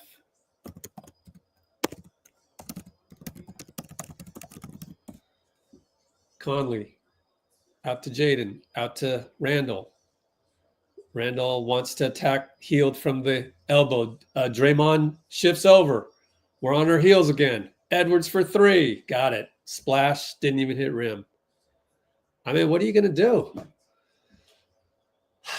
Man, if Buddy doesn't heat up and he turns out to not be a factor on offense, then Steph with the GOAT lefty scoop. I mean, left-hand dribble, righty scoop. Rudy and Dray. Dray's all over that. Over to Ant. Ant around the corner. Fade away over Gary. Short. Way to recover, Gary. Give him credit. Buddy with the ball. Gives it to Dray. Inside the JK. Fouled. Way to get it off. Conley fouled him. Good foul, Conley, because he's way smaller. Now you got to convert. You got to convert free throws. Absolutely have to. Sounds simple. Got to lock in. Got to will the ball in here. I'm serious. It's like Kobe Bryant, just like Michael used to do. Hits it. There you go.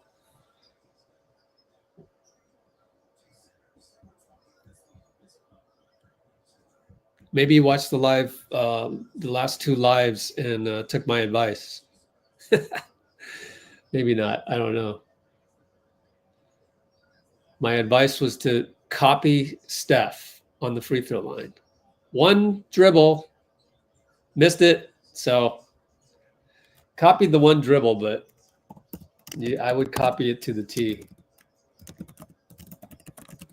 Oh, well. Mid-post Julius. Steph. Good rotations. Conley against J.K. J.K. blocks him. Way to stay in front. I'm impressed by J.K.'s shuffling of the feet.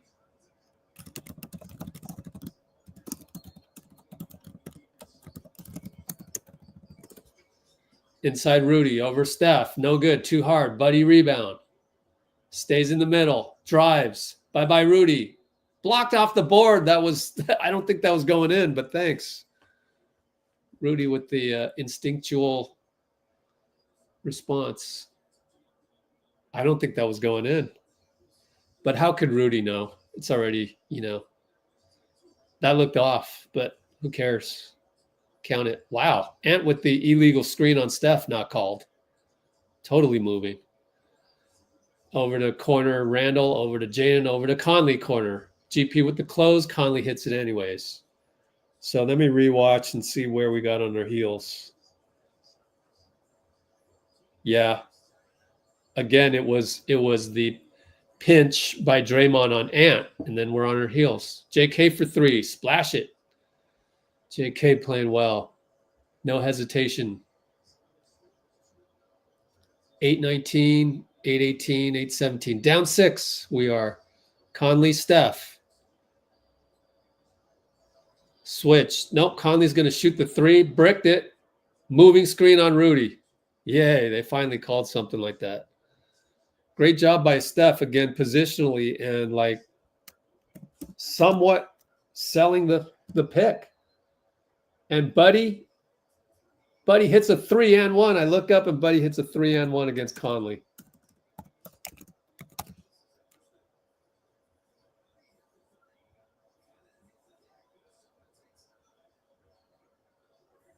Minnesota timeout after the foul, or? Huh. Let me rewatch that. That was confusing.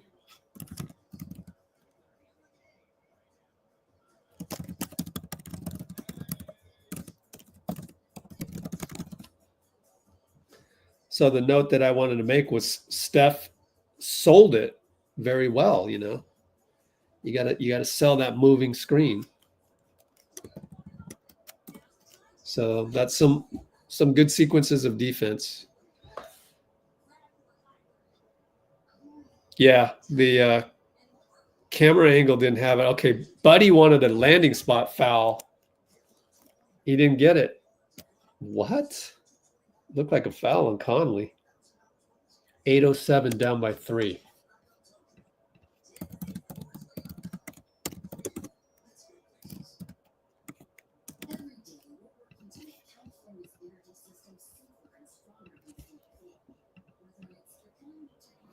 So Hield getting a breakout. Let's see. 3 for 7 on threes. That's pretty good. 42.9%.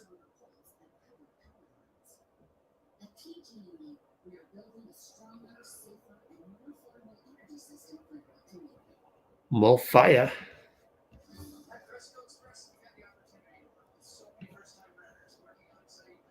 Oh boy.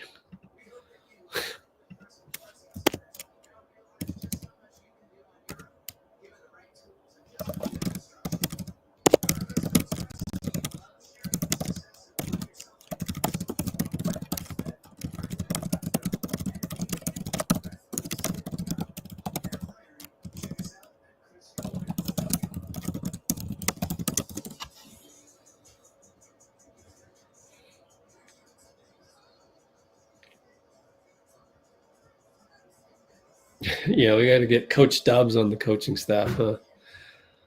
I don't know. I think the Warriors coaches you'd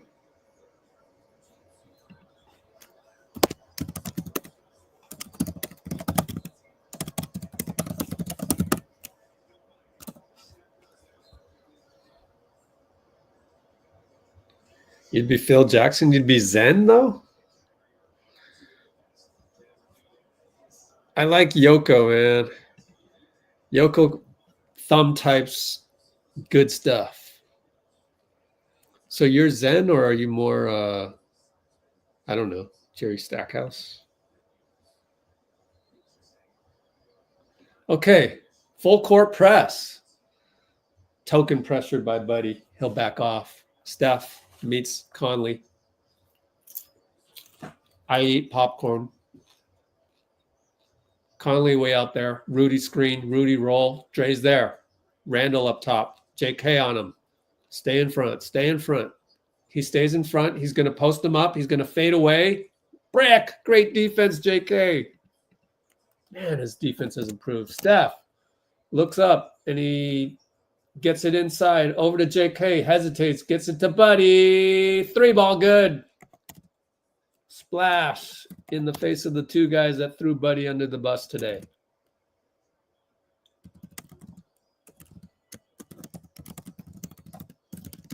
They go upstairs to Rudy. Foul on Buddy.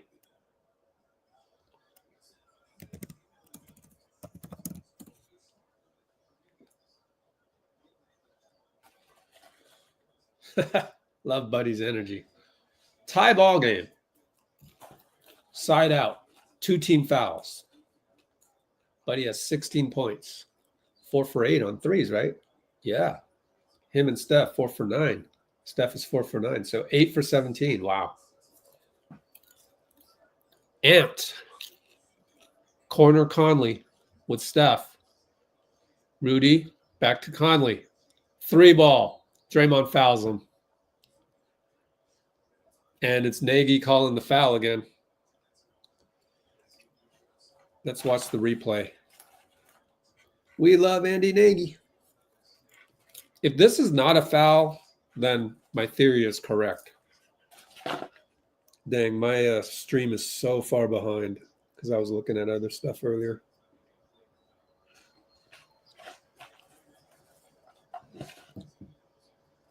So they showed a replay off angle.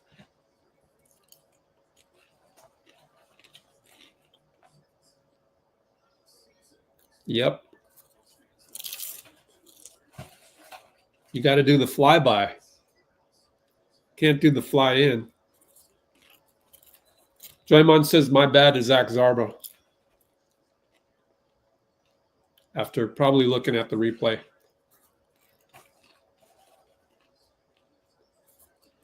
Oh, well. I mean, even our Hall of Famers, they're going to make mistakes. So it's hard to play a mistake-free game. Therefore, maybe take it a little easy there with the thumb typing.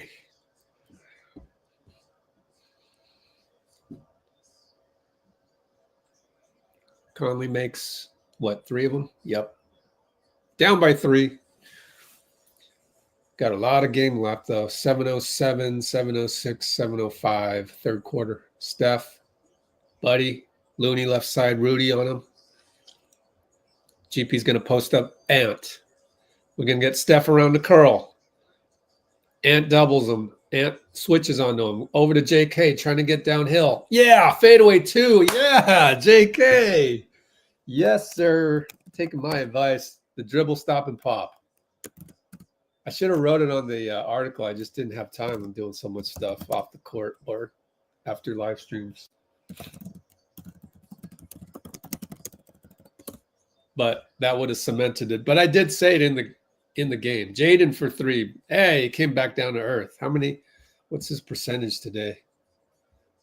Jaden is 1 for 3 only.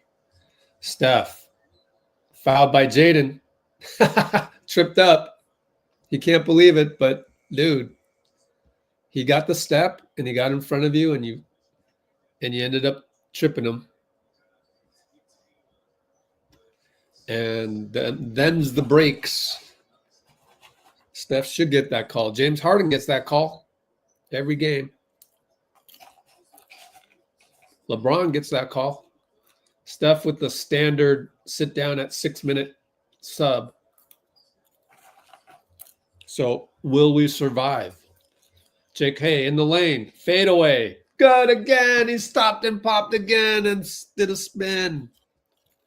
Oh, I was asking for that all the time.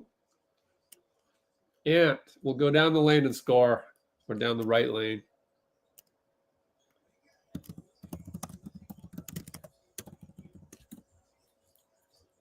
J.K. Naz Reid goes to the nail, goes to Lindy for 3-corner, no good, in and out.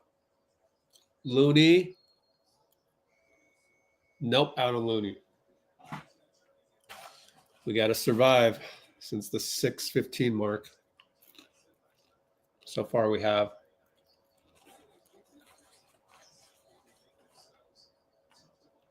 Dante's in.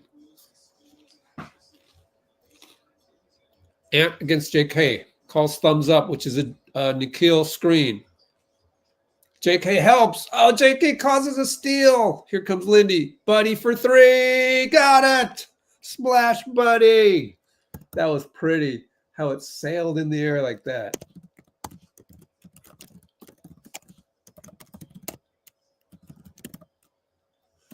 Ant left strong. Leaps and kicks it to Nikhil. Kick it again. Oh, Nas for 3. Short. We got lucky. Lindy rebound. BP brings it up. Inside Looney. Fakes it. Scores. Way to find him, BP. Way to run the floor. Looney, we're up by 4, believe it or not. Wow.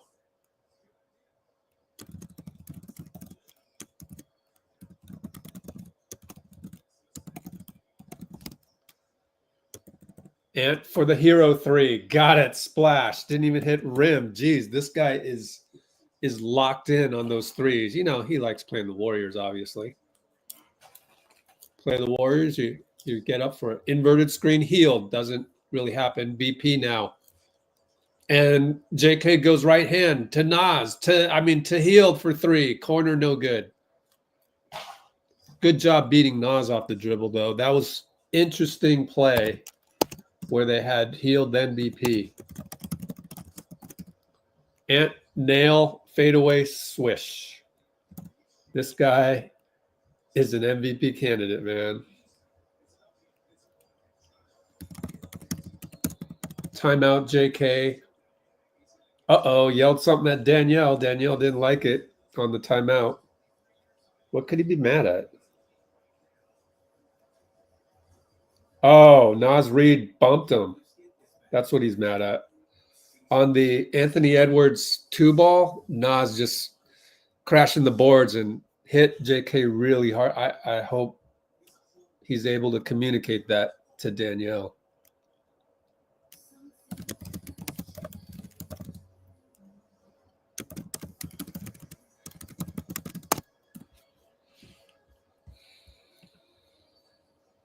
So what do we got?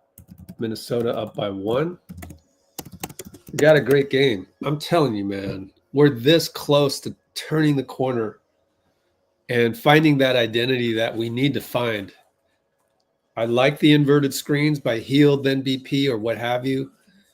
The game winner by J.K. Let's do a poll. See what you know. See if you saw my video. But anyways, who set the inverted screen for J.K. in the game winner? For the game winner versus Houston.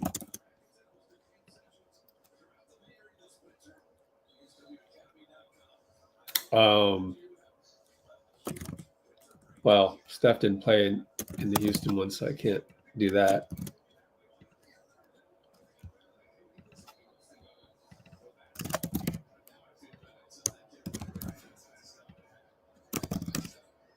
See if you guys know. It's for fun. Okay. Looney over to Steph. Hash mark. Oh, we got Steph back in because of the timeout. He goes by Nas. Foul. He'll go to the line. Nas is going to complain to Zach Zarba. But, oh, man, we're actually getting calls. Or Steph is.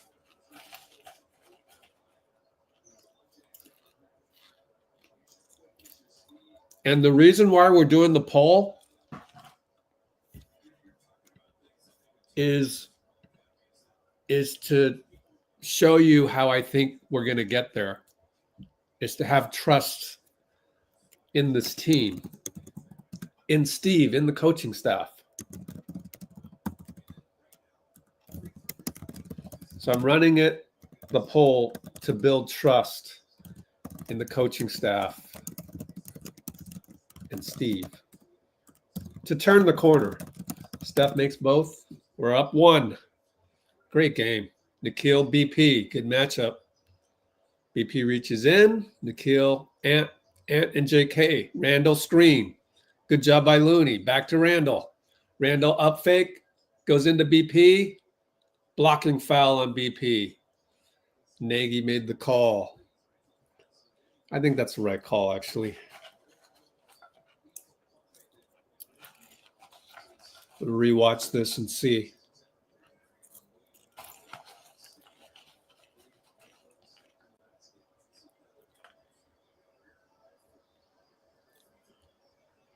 Well, I think he needed to sell that a little bit more. And I also think Randall deserves credit for adjusting his body just a little bit to avoid the charge. He only needed to adjust his body just this way to the left by like 10 degrees, and it's good enough to get the foul. So what does that tell me? That tells me Julius is a baller. This guy can play. Not a bad trade, especially when you're getting off salary. Step between the legs 3 times. Screen Looney. Down the lane, lefty sling. JK, catch and shoot. No good. All right, next one, then you up fake and attack Nas next time. Ant and Lindy. Inside out dribble, bye-bye. I mean, there's just no way Lindy's going to survive that one. Lindy could ask for all the help that he wants. Not going to happen. You got to get GP2 in there later. But we need to get some points right here. Down by 3, JK up top, Nas. Between the legs, bye-bye Nas. Oh, behind the foul. Wow. That should be a flagrant. Not a basketball play. I mean, look, they call it on Draymond, and Draymond is arguing. They would do that for Draymond. That's not a basketball play. You got beat. I'm just saying the rule book is soft. So if the rule book is used against us, good. You're reviewing it. Good. All the times we complained about the rule book being soft and it going against us. 83, 82, 45. We could really use this one to go in our favor.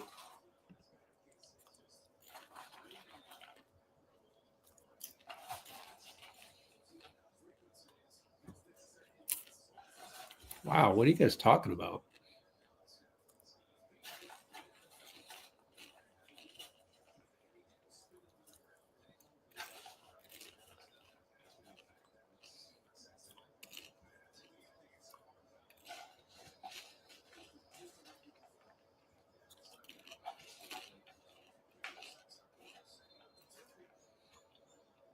Okay, so you guys are disagreeing on aura of Ant.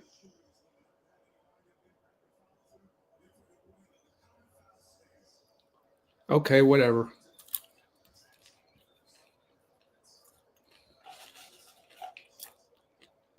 Well, I got to disagree with Bruce. I think Ant is pretty damn good, man.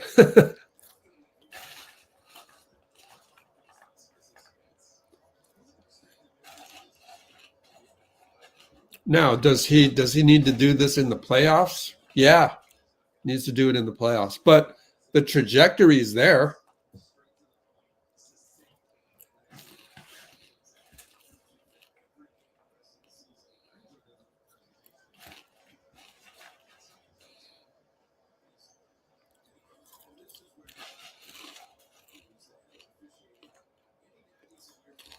Yeah, I know, right?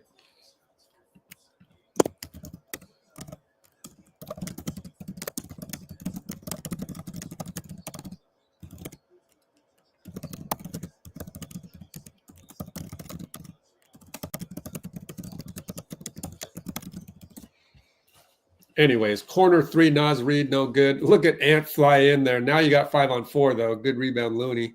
Steph over to Lindy. Over to Looney. Way to find him, Lindy. That's why you have Lindy in there, even though he's no match for Ant, right? And they throw the ball away. Steph gets a steal. Look out. Nas is on him. Over to Brandon. 3-ball. Got it. Where'd all the BP haters go? Wow. We've gotten some momentum here. Up by 3. We're up. 154 to go. Nas against Lindy. Lindy stays in front. Oh, that's a foul. He reached in. Just keep your hands up. What can you do? Got 7 inches on you. That's fine. Keep your hands up. Like, no one's going to blame you for that. But then you reach in, and that's too much. Melly Mel's in the house.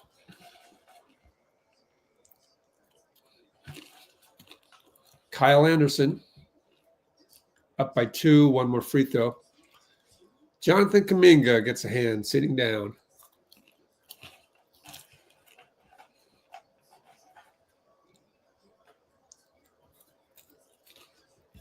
All right, Nas Reed.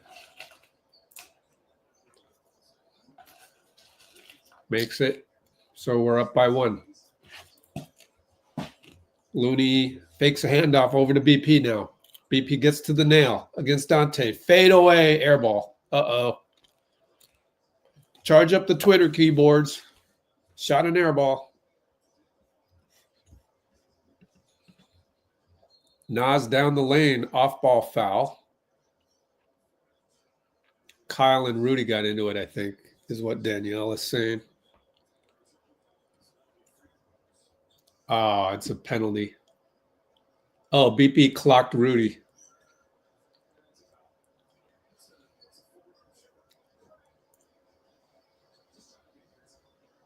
Is Rudy's upper body just really like no force whatsoever? Is that why he always like does those reactions? Like, this is a 6'3" dude, 6'3.5". Pajemski just does this. And it affects you that much? Good Lord. Man. That's why all the dudes that play in AAU, they don't like Rudy.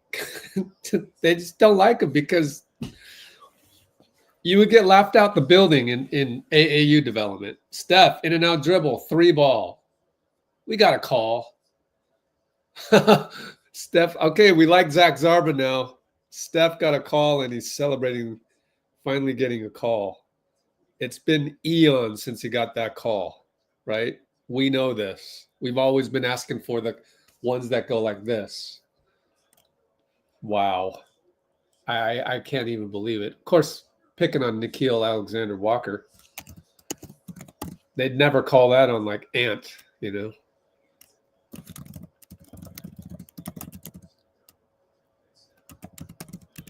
And I missed the free throw, by the way. Did he just miss 2, or is my... I can't believe it.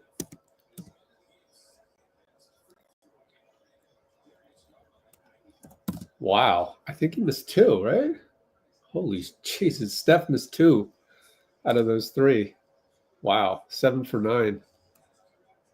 78%, which is great for everybody else on the team.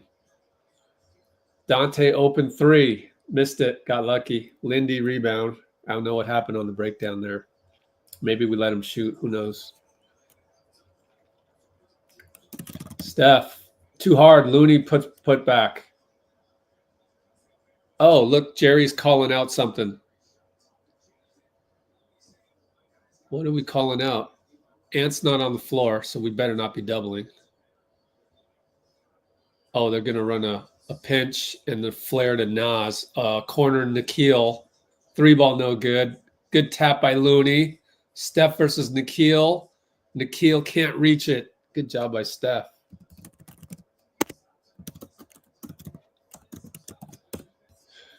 Great quarter by the Warriors. We're up by 3, 37.9.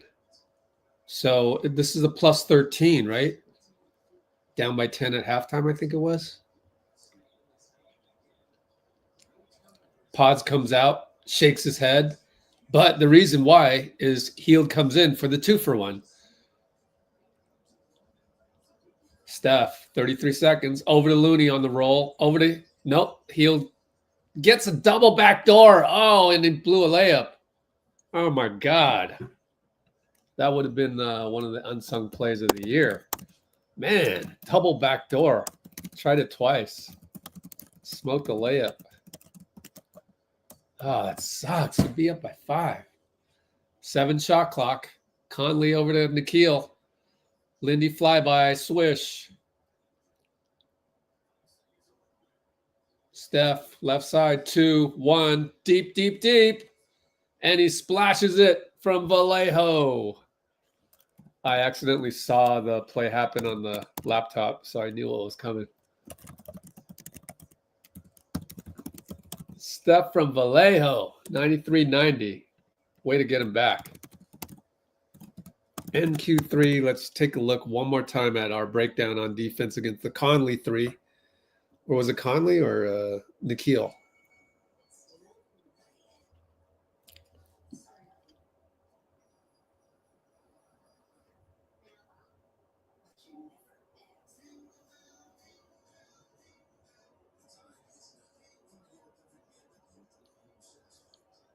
What the heck?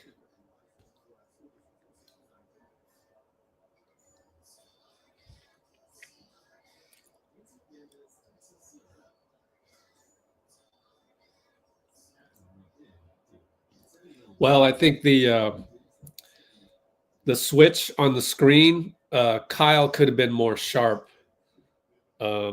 So that's what happened. Luckily, the GOAT, our GOAT, erased that mistake previously.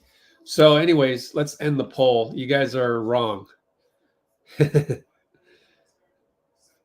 You guys are wrong.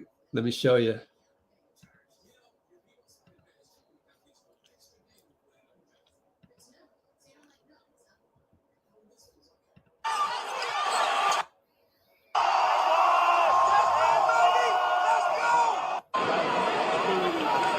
It's towards the end here.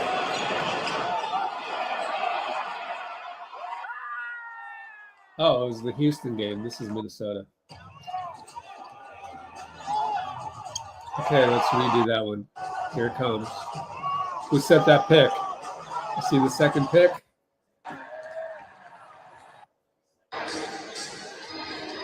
Show it one more time.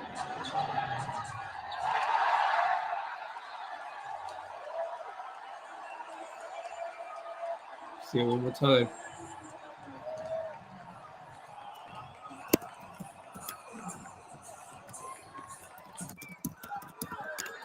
Nice view of Wigg's secondary screen. So Buddy's going to set the first pick from the right side, our right side, and the Warriors' right side. Here comes Buddy. Nope, that didn't work. Here comes Wiggs. So how did you know? So I hope that gives you confidence that we're being really creative with that. Throw the ball away. Rudy got a steal on the lob. I think Looney rolled and Steph threw it right to him. Yep. Lindy foul read on the roll. Ah, man, not a good way to start. Hopefully it's a side out at least.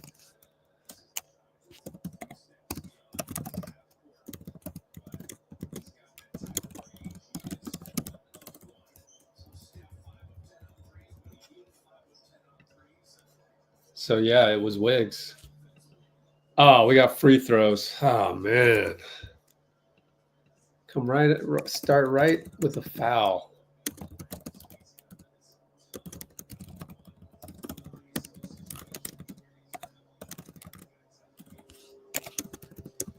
So, yeah, one more time. I wanted to show you that it was Wiggs.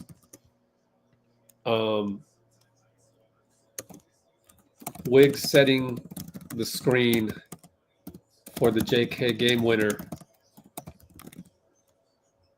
means we're trying to be creative with JK. All right, Gobert fouls Looney way out there. So chalk went up against them.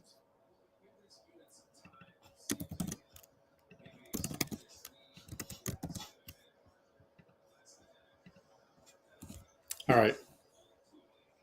Looney over to Hield. Steph pops up. Dribbles into the lane. 3 guys on him. No good. Looney taps it in. What an incredible tap in. I don't know, man. The whole Vucevic trade thing's making me wonder. Incredible tip in.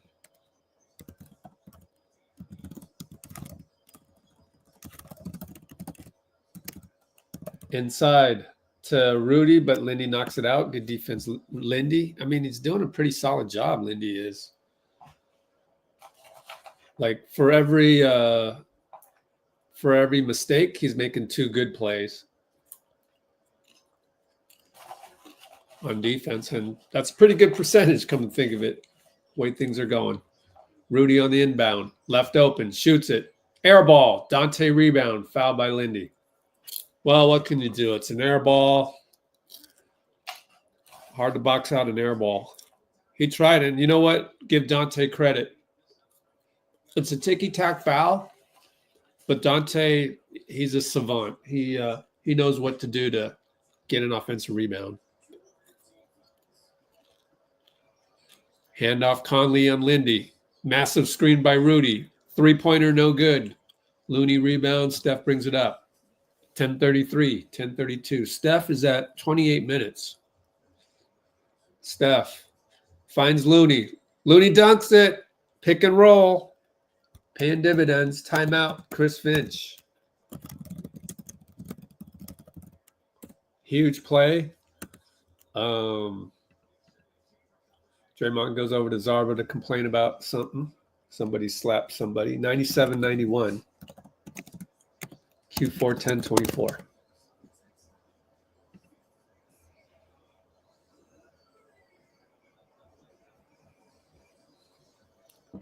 Crowd was chanting Kuminga. Cool.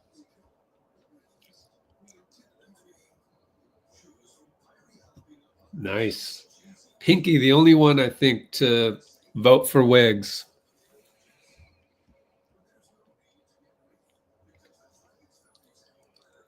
TDD will get a DNP tonight. Probably. He hasn't been playing well. Can't convert inside, and it's too bad. You got to shorten the rotation.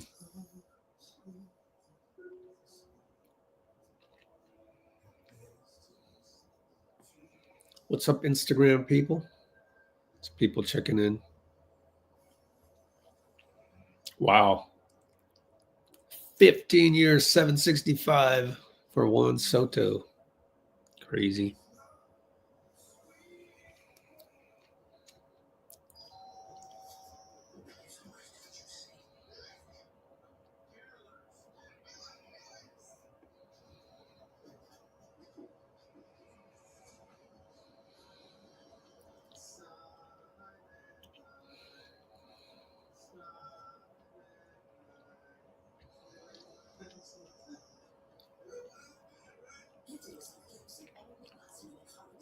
Okay. What else is going on? Loon getting buckets. Who's Vucevic? Oh, Percy and Pinky voted for Wiggins. Good for you guys. Good for you.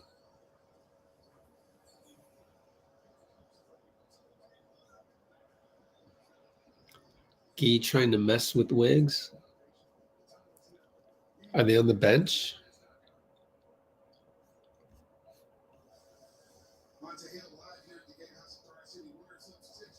So I should screenshot that poll.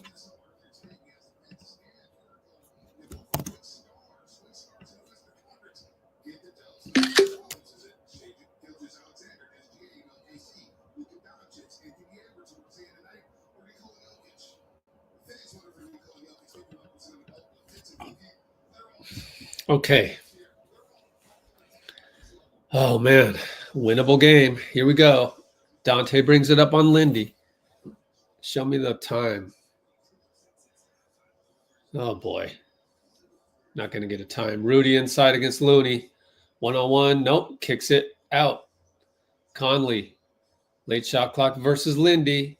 Flare screen by Nas. Short on the 3 by Conley. He's come back down to earth.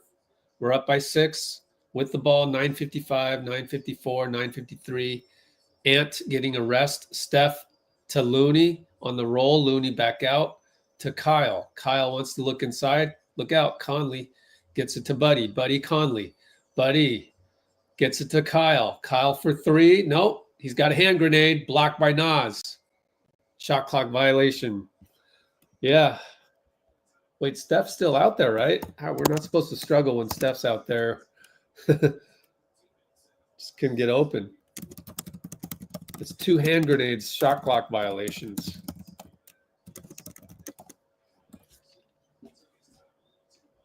Ant checks in for the last 9:37, so the youngster is going to end up with 36 minutes played. Rudy, Kyle right side, ISO'd. Ant trips. Call on Gary, late call. Gary comes in, Gary does a brain fart. At least it's early. God, Gary. Does he know this? Every time he checks in, a mistake happens. Does he know it? I mean, I'm willing to forgive. I'm just wondering, does he even know? If someone tells him, maybe he can just eradicate that completely. I don't know. I'm not on the coaching staff.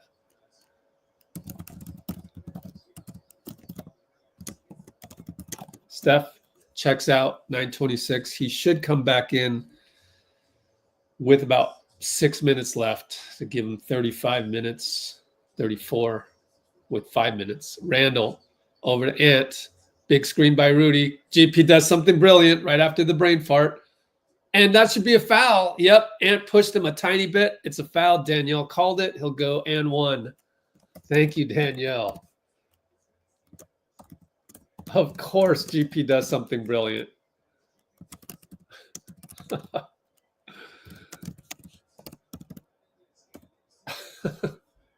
I was just talking about that. Nuts. Absolutely nuts. And that occurred at around the 2-hour mark. Wow, he missed a free throw, and Rudy couldn't get it, but Mike Conley's there to scoop it up. Conley and BP looking for Jaden. Inside to Randall. Spins right into Dre's double team. Hacked by Draymond. Shouldn't have done that. JK tells him to lay off of Danielle. She calls it by the book, I'm telling you. She's not here to call the NBA Finals, so she's going to call that. Wow, that's all ball. Maybe you should challenge that. Wait, did we lose a challenge? I think we lost one. Yeah, we did. Damn, that was challengeable.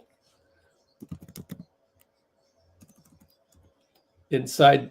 Damn. Oh, my gosh. Jaden got blocked by Draymond, and it's out on Jaden. Wow. Dray with the DPOY block. Off Jaden.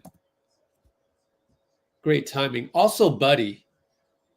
Credit Buddy for not hacking him. JK and Jaden. Conley tries to steal. He gets it, and it's a foul on Conley. Who's it on? Steal and then foul on JK? Steal and then foul on JK. No, foul on Conley. Thank goodness. Could have gone either way, I think. Didn't get to see a replay. I'll take it. I don't care anymore. We got the ball. Who cares? 8:31, up by 8. I love it when you look up at the score and it makes sense. We're up by 8. BP and Nikhil. Right hand pass to Buddy. In and out and in. Buddy Hield for 3. And does this. Whatever this is. Oh, Buddy. He's back. Nikhil. Screen Ant. Over to Randall. Wants to attack Kuminga. Draymond's there. Kuminga blocks him. Jonathan. Lead pass, Hield. Skip past Brandon. In and out. Randall rebound. Oh, well. Rudy. Over to Nikhil and BP. BP screened by Rudy. Nikhil all the way to the lane. Then you can do. Draymond giving the wish you were better point of attack defender look. J.K. will have to bring it up on Jaden. Get it over. He gets it over and he loses it. Completely lost it. Now you got to call timeout. 94 feet later. We're up by 7 with all of that. So now you got to get Steph back in there. You just have to. That's where Draymond has to just decide that he's the one bringing it up. I mean, I don't know that I can blame J.K. for something like that where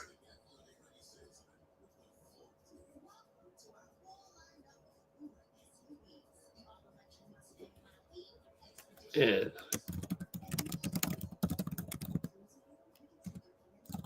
we are up by 7. Man, that's giving the ball away. I mean, that just JK's, Steve, man, I'm getting all the names messed up tonight. Steve on the bench is complaining to BP, who should have been there to bring it up. Again, I can't really blame JK for that. It should be Draymond or BP bringing the ball up. You got to demand the ball.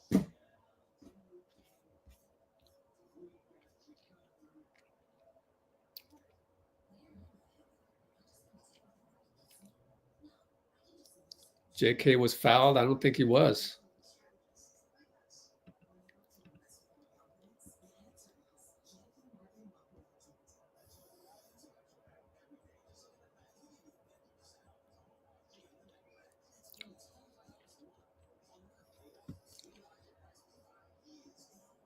It wasn't enough to warrant a foul, in my opinion.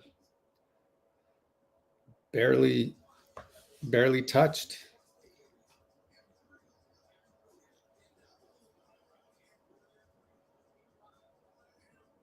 He lost the ball before anything else. So first thing that happened was he lost the ball. Everything after that, whatever happened after that, doesn't change the fact that he lost the ball first. So, but JK shouldn't be the one bringing the ball up.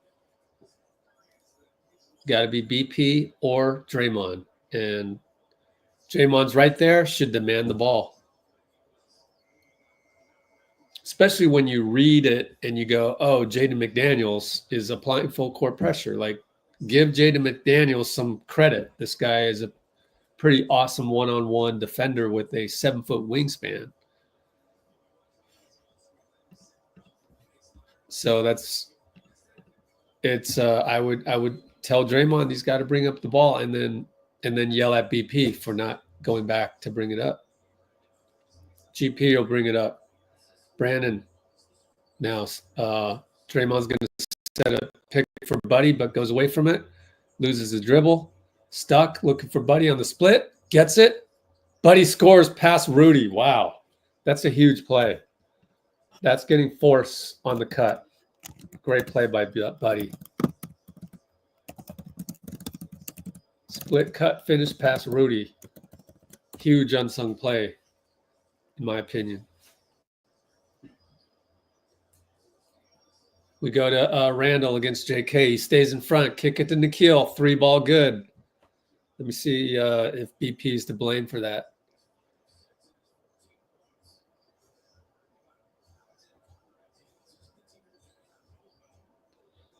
It's a pretty decent defense, honestly. Buddy Hield, 3-ball up top, in and out. Rudy rebound outlet, Ant. Ant and JK. We're only up 6. Steph will check in. Ant left side. Kick it to Nikhil. BP's late. 3-ball again. I don't know if that's the scouting report or he's doing something wrong. We should, well, what are you going to do about Rudy at the dunker spot? J.K. downhill misses it.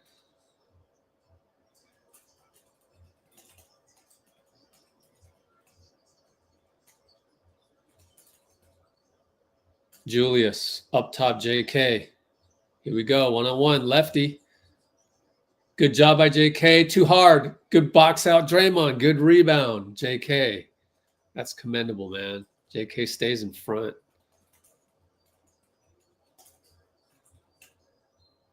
Late call. J.K. downhill. Gets the call from Andy Nagy. Go to the line. Yeah, way to get into attack position and just get Randall on his heels immediately. How many fouls on Randall?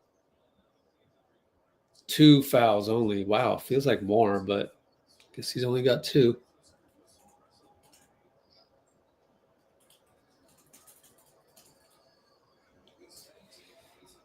Up by 3, got to make free throws. And he missed it.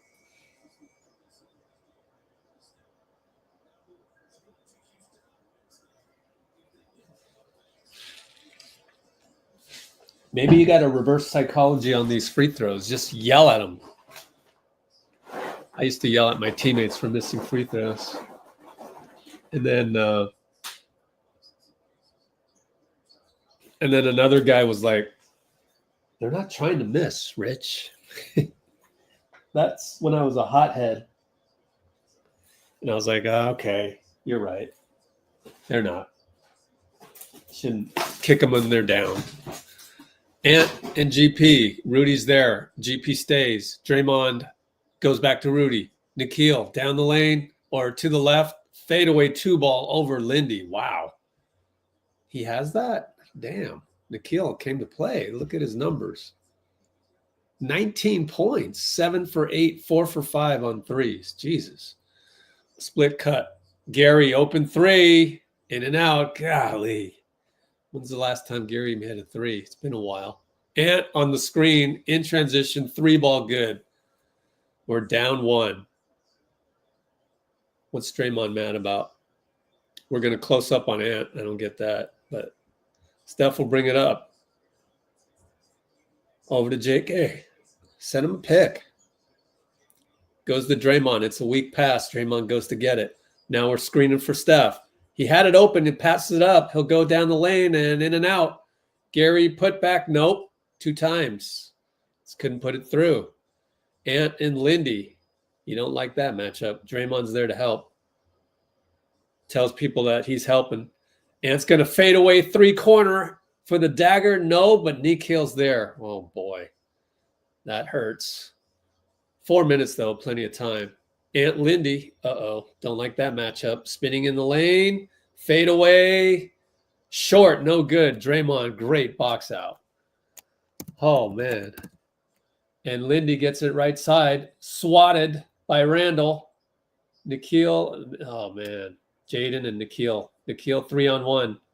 Rudy screws up. Out of bounds Gary, though.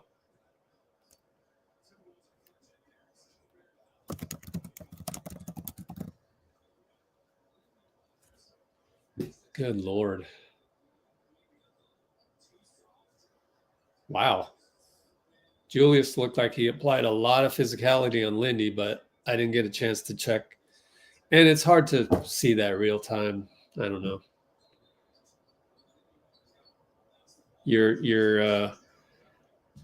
about to see Lindy go up against Julius, and you're like, yeah, Lindy's probably not going to fly by him. So then as a ref, you're not calling anything. Nikhil Lindy up top, 3:32 to go. Now it's Ant and Draymond. Just stay home. Ant, Draymond. They should go Ant versus Draymond as much as possible. Ant with the one-legger, no good. Rudy rebound. And that's why. Unable to box out Rudy. Draymond's pissed at his teammate for not boxing out Rudy, but what are you going to do? Just mistimed it, you know? That's the JK just doesn't have enough reps.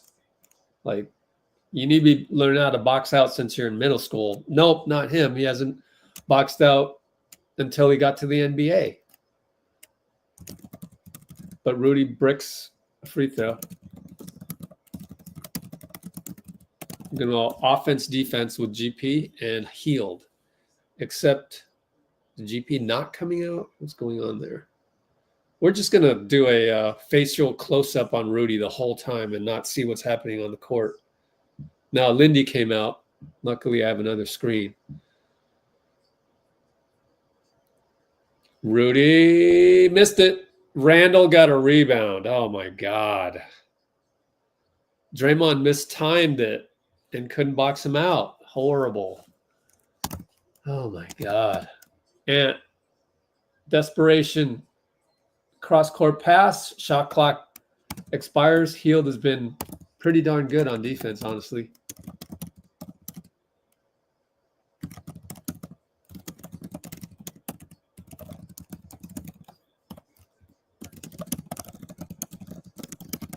And Kuminga gets a dunk as I look up. My bad. I didn't think we'd develop a play that quickly. Let me watch the replay here. It was going to be Steph and JK. JK on the roll. Nice. Yeah, we're really incorporating JK. Oh, Ant, 3 ball over 2 guys. No good. JK skies for a rebound. There we go. There's the timing.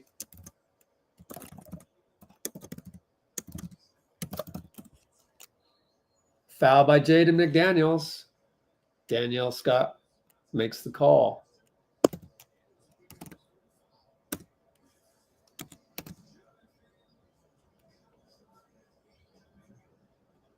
Yes. That's the first time in a long time we've seen Steph, JK, PNR.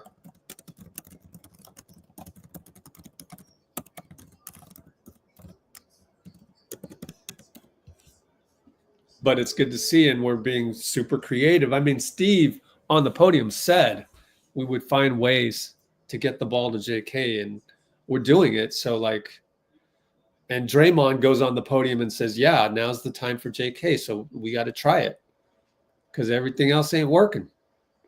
So there. Steph Curry, 2 free throws good. Up by 3, 226, 225, 224. Nikhil has played brilliantly tonight against Hield. Over the Ant on the curl. GP's all over that. Over to Randall. Switch with GP. Randall, GP. Elbow gets to the nail. JK tips it. Get out there. Oh, don't. Ant airball. Thank God. No. I would tell JK, do not gamble. I don't care if there's a steal. No, stay on Ant. You have to. We got lucky. We got lucky. But we've applied pressure on Ant all day, so that's good. Steph and Draymond shared brain. 3 ball. Dagger, no good. Buddy managed to touch a tip in, but no.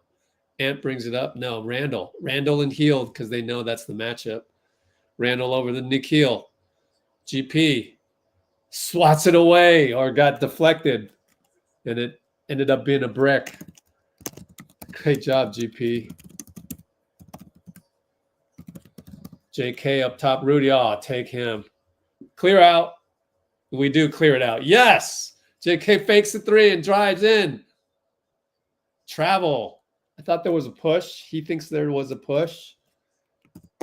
Let me watch the replay. He kind of slipped. Oh, he just slipped. It's a wet spot. What can you do? Damn. Towel boy. Blame the towel boy. Damn. Only up 3. We should be up 5. Damn. 109, 108, 107. Ant.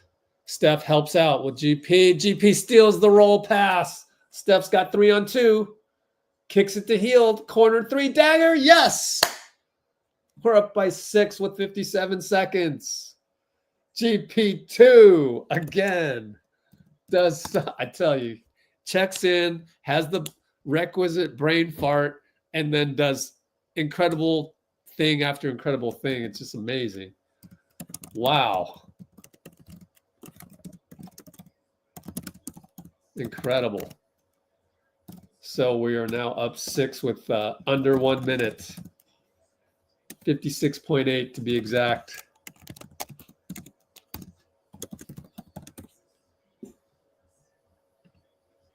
Man, GP2, incredible.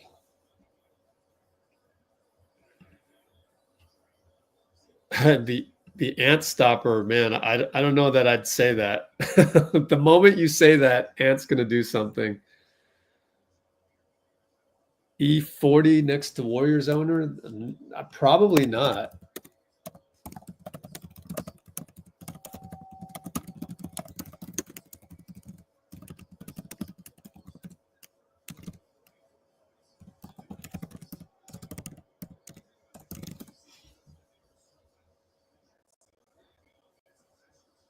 Oh, man. There was a Steph J.K. Yeah, but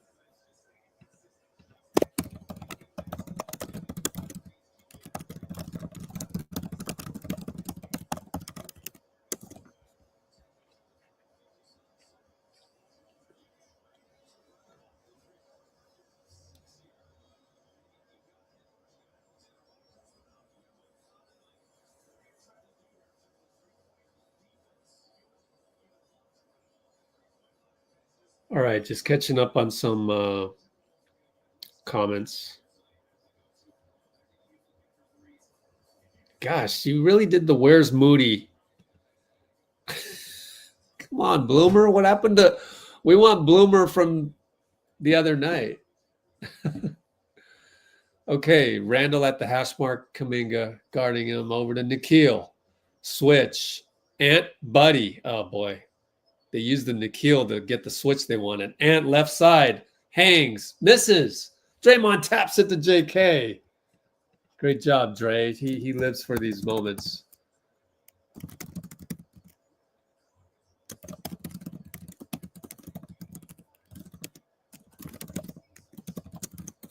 Stop it with they beat us 5 straight. Inverted pick for Draymond by Steph. It's a dunk. Talk about a dagger dunk. He did the night-night. Dray does the night-night. Step through by Randall, no good. JK blocks Randall off Randall's face. Oh, my God. Look at what the energy can do. What? Did Danielle call a foul? I think Danielle called a foul instead. Draymond can't believe it. I don't know. Now he did the night-night again. Nah, it is out. Ah, beautiful. Steph inverted pick for Dray dunk. Oh, my God.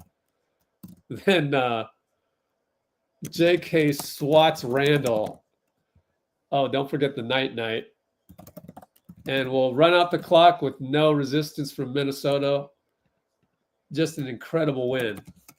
See, we're every team can beat any other team. So by that extension, if Minnesota can be a Western Conference final team, so can we. I mean, it's just that little bit. And we're doing all these nice, interesting little tweaks. Ant and Steph hug each other. Ant respects it, man. Steph said on the podium, they asked him, what did you say to Ant? And he goes, I think what I told him was, can't wait to, we're going to run it back 48 hours. So Ant loves the competition too. And you love that. And he got us last game and he got us in the first quarter and we got him at the end of this. So, great. Playoff atmosphere, you love it. The creativity of the coaching staff, you love that. Man, Steph Dray inverted screen to end the game. Incredible. Like, is Steve going to get any credit? He's not going to get any credit for this, is he? Golly. I mean, you got to be proud of this team. You got to be proud of the coaching staff. Got to be proud of the coaching staff. This is just great stuff. We can beat anybody. I mean, now it's fairly evident. We can beat anybody, right? I mean, right? And it's not just the result. It's the process. It's the process. How we got there. JK screen, standard screen with Steph. Inverted screen for Draymond. Like, that would have been the last guy you would have picked to do the recipient of the inverted screen from Steph. It's just mind-boggling. So it's great to see Steph is going to talk to after on post game. Wow.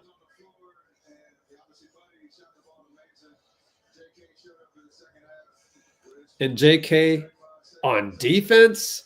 JK is playing defense, my friends.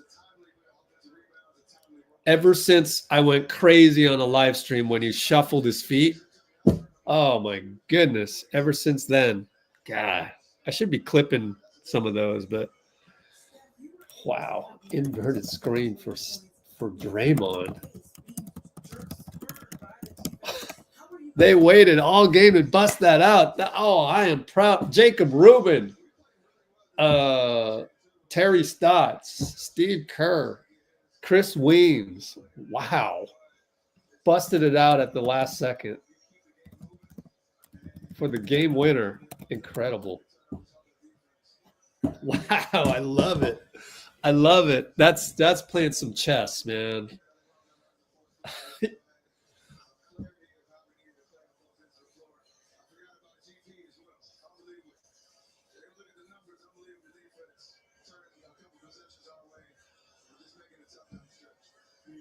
Wow, we're seeing this team evolve.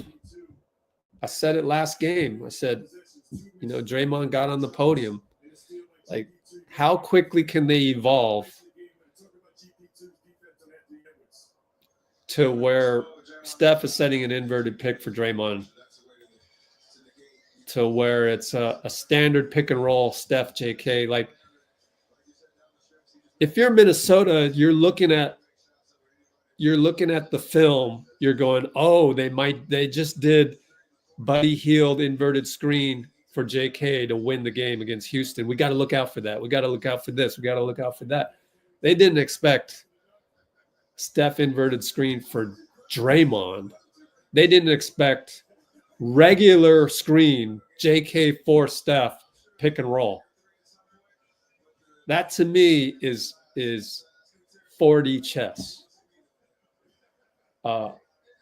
They really, you know, lots of times people in the comments are going to say, we got outcoached. No, this time we outcoached them.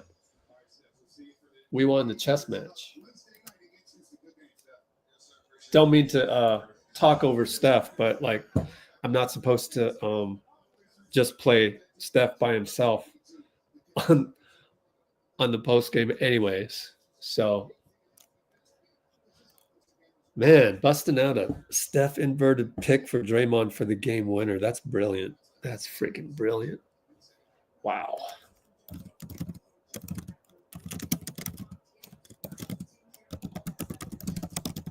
So we'll see who comes on the podium first. It's going to be Steve. We'll see when he shows up. But, like, this is a signature win. This is like the stamp of approval. Like, okay, Warriors, you have an identity. That identity involves a lot of JK. Let's look at his numbers. This identity is JK 27 and 35 minutes played. That's the identity. So it's great to finally evolve to this. I've been waiting for this. Here's my proof. All the JK articles, the pet play article back in last friggin' January. Can we implement some Kuminga pet plays, please? That was January.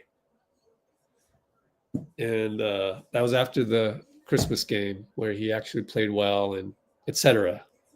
I've been waiting for the team to finally evolve to this. Some things had to happen, but evolution in basketball takes time. Just like everything else, evolution in changing your behavior takes time. You know, Bloomer turning into Bloomer of the other day. Maybe not as much today, but that takes time, right, Bloomer? It takes time. So you got to respect that. The process takes time. And we're finally seeing like a true commitment to that, especially after Draymond 48 hours ago goes up on the podium and says there's a lot of people in this organization that think JK is the next guy. So if he's the next, we got to give him that opportunity. And I'm even willing to come off the bench. Now Wiggins got hurt, so that allowed for some, creativity to bring back Draymond into the fold. But he started as a small ball 5. GP2 started as the Ant stopper. Did a pretty good job, although Ant went crazy for a little bit of a stretch. Just didn't go crazy for all 36 minutes. But I mean, look at that. Ant felt like Ant had a subpar game with 6 turnovers, 27, 5, and 6. That's a sign of a superstar. That's a sign of an MVP candidate. So, man, Ant Edwards is a problem, no doubt. But I'm so glad we pulled it out, because this just proves that, I mean, why can't we just play like this all the time? We can. And it's just a matter of getting the ball to the right person in the right situations. Nice to see some Niner jerseys in the background there. So, yeah, I think we can beat anybody. And we have a new identity. So, you know what that means? That means things like next time we play Boston, they've got new game tape to go look at. They shouldn't even look at the tape of the previous win that we had against them. So it's exciting to our squad has a new identity. It still has Steph, Draymond, but it has a new identity. That's really exciting, and we're fortunate, and everybody should be grateful for this, because not every team can do that. Teams are getting better though. So Houston Rockets have an identity now. They play tough. They're like Ime Udoka's personality. It's not all about Jalen Green. So Houston can do it. The Clippers got, who are losing to Houston right now, by the way, if you look at the back screen, the Clippers have a second unit that has all 7-foot wingspans. So they've changed their squad, and they are not, they're not stuck down in the standings too far because their other superstars gone. So teams evolve, and for us to evolve, it's man, we're keeping up the times. We're keeping pace with the rest of the NBA. It's a great feeling.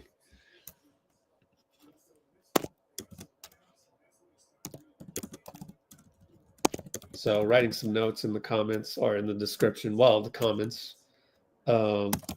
Evolving and keeping pace with change in the NBA. That's pretty exciting to see happening with our squad, especially 2 straight years where it didn't seem like we evolved much, especially towards the NBA's youth movement. Okay, maybe we evolved towards Chris Paul last year and it didn't work, but that certainly wasn't an evolution towards, a style that involves more young guys. And obviously now with JK and running all these plays, all these different sets in crunch time that involve him, he set a pick for Steph and then he rolled and he got a dunk. I mean, wow. So for that to happen to our squad, and we have 2 aging Hall of Famers, man, that's pretty rare. That's rare, and we should be super grateful for this. We should thank Steve. And it's let's get back to having appreciation for this team. It's so special. It's the rest of the league tonight, when they watch this tape, the rest of the coaching staffs, whoever's watching this, and we've got some games coming. Houston's watching this. So the Houston Rockets, we played them on Wednesday. The Houston Rockets are watching this game, and they're like, oh, shit, they're figuring something out. Like, and then they're going to go, and then Houston, the coaching staff is going to go, God dang it. The Warriors again? Now we got to worry about Kuminga. Now we got to worry about standard pick and roll with Steph. Now we got to worry about Steph inverted screen for Draymond. I still haven't seen the Buddy Hield inverted screen for JK with Steph on the weak side yet. Like, we didn't even run that. And it's like Houston coaching staff is looking at this and going, wow, Golden State, man, what a franchise. You know, they're evolving. So, yeah, I really do think they're going to see this tape and they're going to know, oh, they got a few more wrinkles.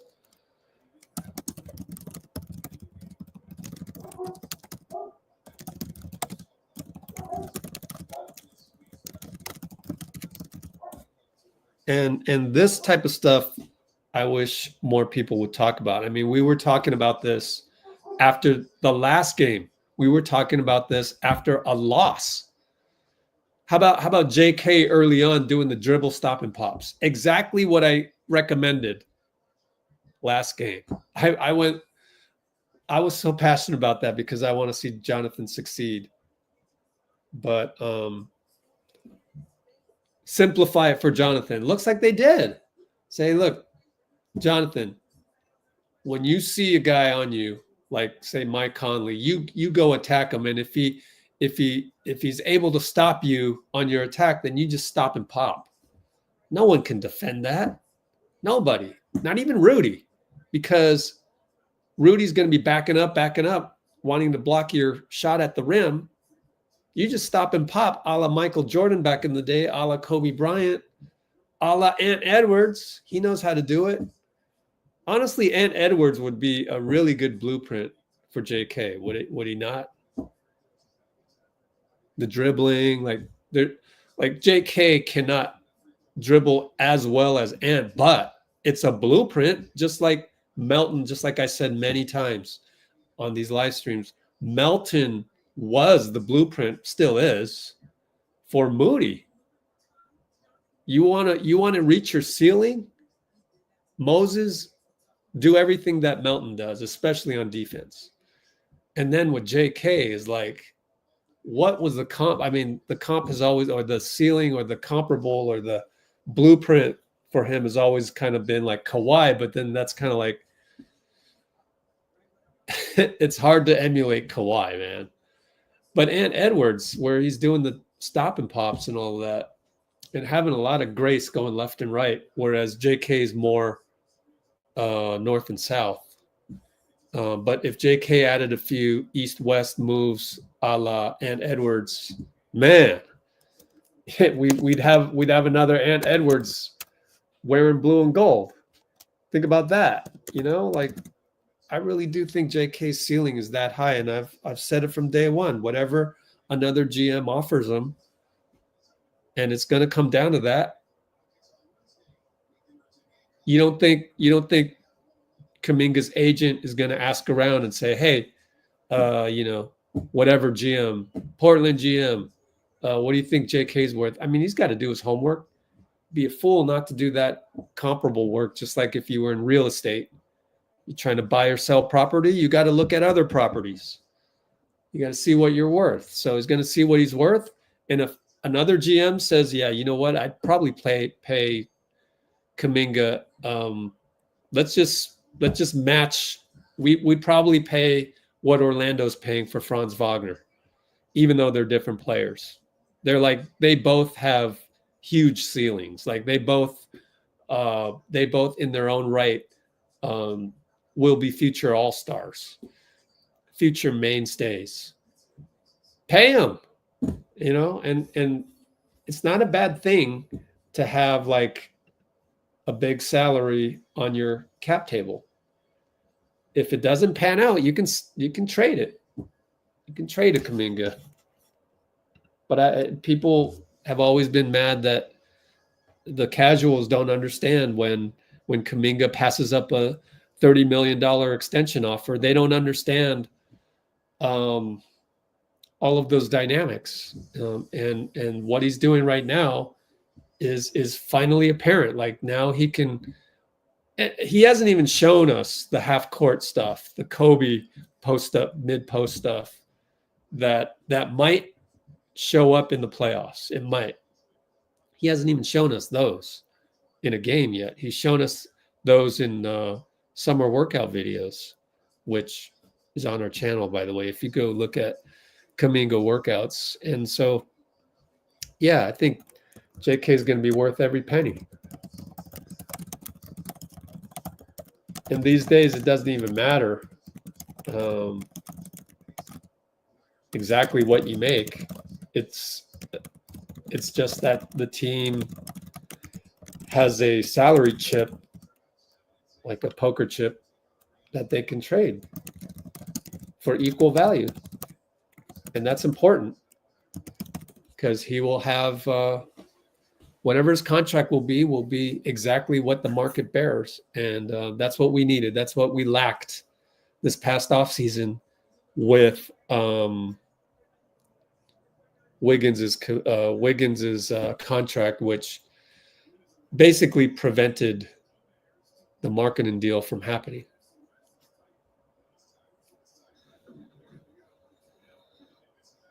All right, Steve's on the podium. Cholo, funnily, you're a little bit faster than me.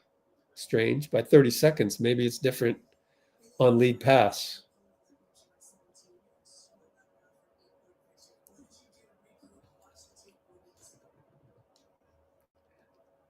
Looney's talking to Kareth.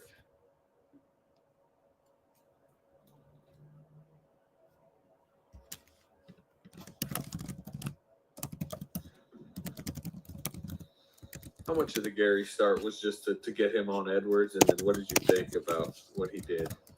Yeah, I mean, that was a big part of it. Without Wiggs, we wanted to start Gary on Ant and just have our best defender on him right away. Gary's also historically really good with Steph. And then we just felt like we got to get Buddy going, and it's the best way to do it is put him out there with that group. And, if Buddy's out there with Steph, that makes the game easier for him too. So that's why we went the route we did. And it looked like, it took us a little bit of time, but opened up the game for us. And our guys just, stayed with it and eventually started hitting shots. Obviously, Buddy's best game in a long time. What did you see from him getting in the flow of the offense and we're catching fire there? Well, it took him a little bit. He missed shots early, and but we're at our best when we're playing fast and with a lot of pace, and that's what Buddy does really well. He runs the floor in transition, probably better than anybody on our team. He just sprints to the corners and it creates a lot of space. And he's early in the season he was getting a lot of shots in transition from the corners, and so that was kind of the idea. See if we could get him going again. Our offense has really been struggling, so he just eventually found his comfort zone and confidence and got going again. Held them to 16 points in the fourth quarter. Edwards only had 3, kind of the reverse of last night. Yeah. What was the key defensively in the fourth? Gary. I mean, also the help behind him. I mean, Draymond and J.K. both made some really good plays at the rim.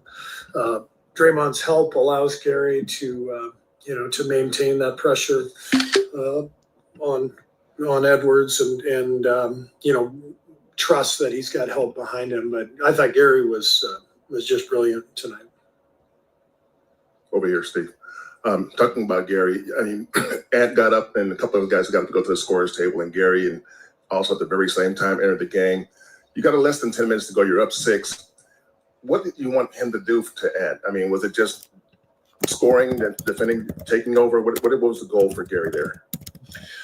Just to make things hard. I mean, Ant is an incredible player, and late third, he just had it rolling, and so at that point, it's just put your best defender on him, and you don't really want to send a double team because you got other guys who are knocking down shots.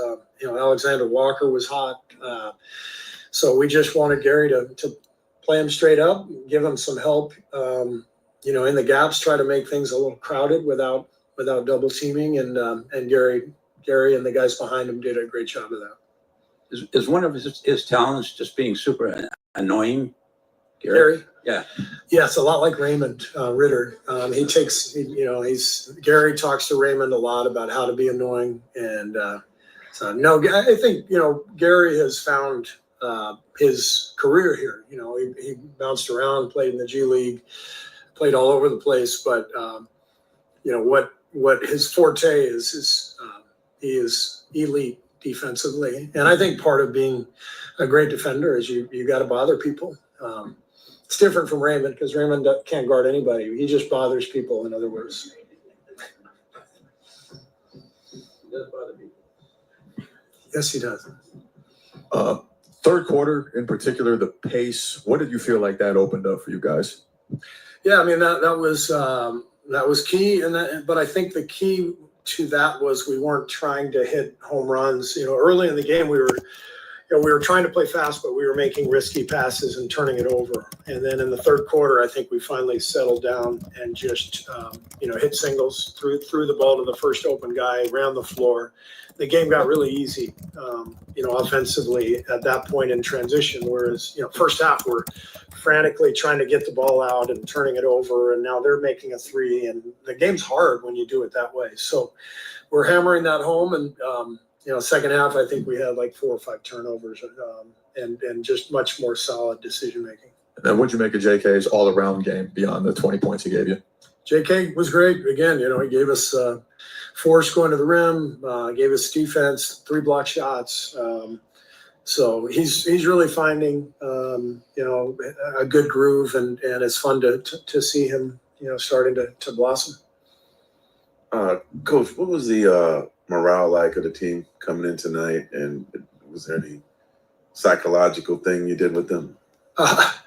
No, I just the morale. I think it was like confidence more than anything. The morale's good. These guys are great. They love each other. They pull for each other. They play hard. But you lose 6 of 7 and you go cold offensively.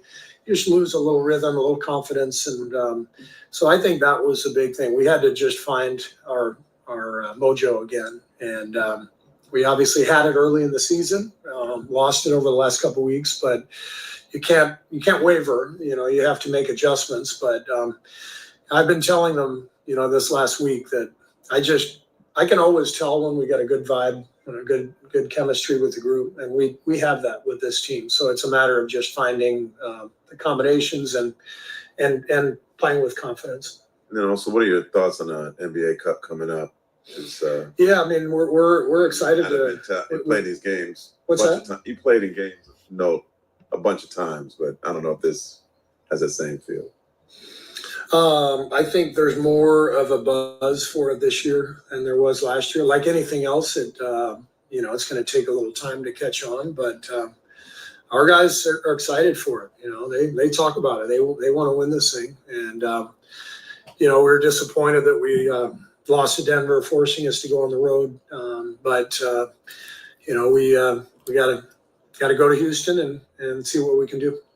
Steve, you've mentioned Steph's knees keeping him from being as active as he'd like at times, but tonight he seemed active at an elite level that looked like he was not bothered. A couple of those assists to JK and Hield right in crunch time. I mean, did he look like he was just back to feeling really good physically? Yeah. I mean, part of the 82-game season, as you get older, especially, there's going to be nights where you don't feel great, and that's part of it. But just because someone has tendonitis in their knees doesn't mean it's going to last all season. And so he takes incredible care of his body, finds his way through the season with help from Rick and Rick's staff. And some nights are better than others, but he looked great out there tonight, and so he's managing things really well. Do you enjoy some of those passes he makes almost as some of them, much as the 39-footer? Not all of them. Okay, yeah. A couple of those that I mentioned. He made some brilliant passes tonight. The pick and roll, finding the pocket, Looney, J.K., Draymond. He's so fun to watch, and we're all so lucky here. I'm lucky to coach him. We're all lucky to watch him. He's one of the great players of all time. He's also one of the most entertaining, players of all time. He's also incredible competitor and just a great teammate. So we're blessed, and we're enjoying it every night while we can. Steve, Buddy hadn't scored 20 since like November 4th, I think. And you were just talking about finding your mojo. How much do you think that mojo is Buddy just getting off and scoring? Because you guys started off so well when he scored 20 points in that streak. Yeah, he's a big factor, and so the last couple of weeks he's struggled, but a lot of guys have struggled with their shot. But he does seem to be an X factor for us, and so that's what we have to think about is. The combinations, what we're running for him, we obviously he's new to us this year, so we've got to figure all that stuff out. Our analytics department really gave it a good look. Pabale Sidhu does a great job. I asked him yesterday. So what do you think? And he said, maybe try Buddy and Gary in the starting lineup, and gave me some numbers, and we know that Gary and Steph are off the charts good together. But the 3-man combination, you get, your 2 best shooters and your best perimeter defender on the floor at the same time. So I give Pabale a lot of credit. It was a great suggestion. Now we got to figure out, what we do when Wiggs comes back. We started Draymond at the 5. I've said I don't really want to start him at the 5. We have a lot of interesting, difficult decisions, but we're learning a lot about our team for sure. And I think you did crack a smile seeing Draymond do the night-night. How would you critique his night-night? He's no Steph Curry, but it was a decent impersonation, and I appreciated the passion behind it. What's that? Pabale Sidhu. Yeah, he's been with us for a while, and so one of the things that I think we've found over the last few years is we've found a better sort of connection between basketball and the analytics department. We've hired young guys. Will Sheehy is wonderful. Lane Wilson. These guys are. We're getting a younger generation of coaches who are more schooled in analytics, but now they can connect that to the game because they're also basketball coaches, and I think that's an area where we've improved. It's one of the reasons I brought Kenny Atkinson on board to try to, put all this stuff together. And Pabale's been, kind of the lead guy behind it. And, this stuff is not foolproof, but you see trends, and we have people tracking all this stuff, and we're gathering information, and then we have to make decisions that we feel like make sense. So it worked tonight, and we'll see where it goes. Just to check, was Moody available in the second half? No, he was injured. He was out for the game. It was the same issue that Yeah, same thing. I mean, that's 2 straight games. Yeah, don't know what's next. Thank you.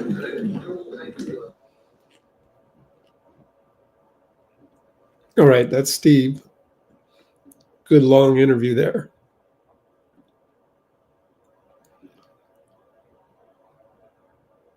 All right. We'll see who's up next. Thanks everybody for tuning in, and Percy and Jasmine. We'll hopefully see you Wednesday or whenever.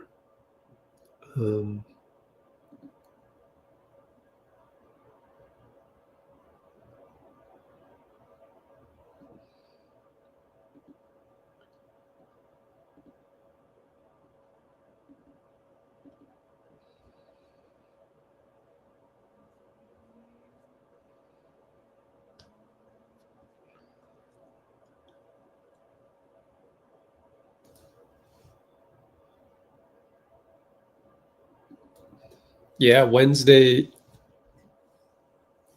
in Houston. And I thought somebody said there's a back-to-back with Minnesota. There's not a whole lot going on the Discord in terms of the Twitter feed from the Golden State Warriors beat writer people. I don't know why, but if we switch it over to the other screen and hope Moody gets well soon as well. Let's take a look at the Warriors calendar. Let's refresh this. Yep, Houston Mini back to back. No, we had it there. Oh, they don't have it on here. So we got to go to warriors.com. Actually, let's keep this for. Oh, by the way, if you want to, if you like what we're doing here, you can donate at buymeacoffee/Let's Go Warriors. So there's that. And we'll go look at warriors.com schedule. If you don't click the like button, then you should donate, right? Because clicking the like button is free. 55 concurrents, 83 concurrents, only 55 likes. Tapping the like button is free. You should do that, or just donate a coffee for $2.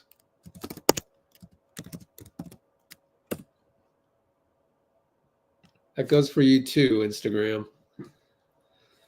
Or just go to YouTube and then you'll see the link there. Yeah. All right. We got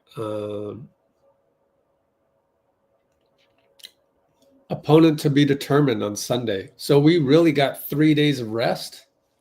Wow, I'm shocked. There must be another one in there, right? I don't know. I don't know how this works. Okay, we'll take these days off. I'll gladly take some days off. Catch up on some things I've been meaning to catch up on.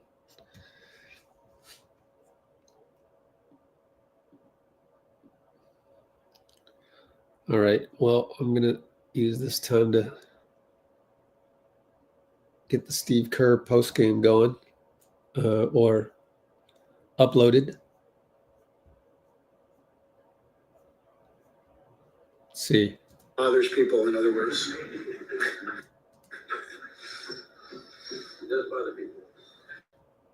Bothers people, in other words. But he just bothers people, in other words. Yeah, they're making fun of Raymond Ritter, as you recall. I got to increase the volume on that. See what they said in the background. We can sneak peek. In other words. He does bother people. Yes. Yeah. I don't need that in the transcript, so oh well. I was just trying to figure out what they were talking about. Basically, buddy's best game. Is that on Phil Blast? Yeah.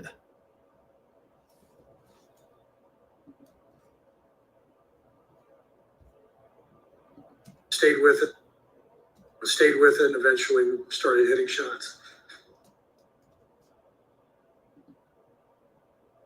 All right. Well, I'm just doing some audio adjustments to the interview so that a little bit easier to hear later on as we wait for the next podium person. People, in other words. People, in other words. Well, Raymond had something to say, joke right back at Steve, but I wasn't able to hear it, sadly. Won't get the joke anytime soon about this. What? I did. What? And then Mark Spears didn't know who the analytics guy was, which is Pavel Sidhu. What? Who was that guy? He said, And then the phone went off at the same time.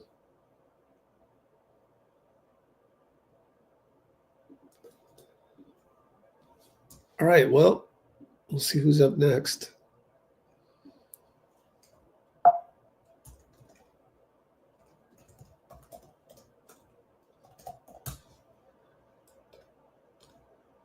Still nobody. What were Draymond's numbers? Is he going to go to the podium? 6 points, 6 rebounds, 7 assists.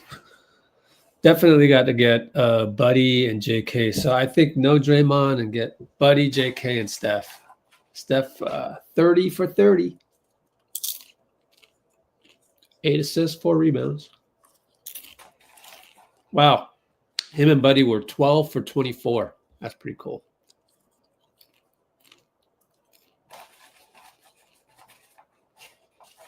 T-Wolves are cup opponent. Okay. So what's the date on those? Oh, the to be determined. Where is it?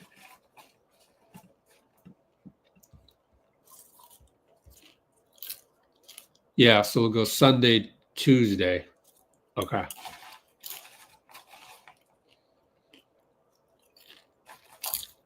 So for sure, no games. That's bottom line. For sure, no game in between Wednesday and Sunday. So it takes one. Buddy said it only takes one.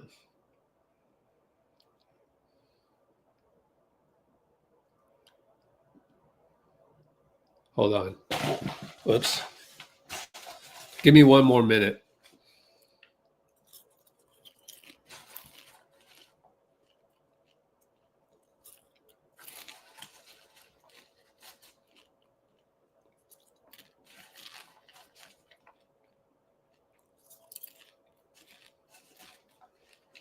Wiggins told ESPN, according to Mark Spears.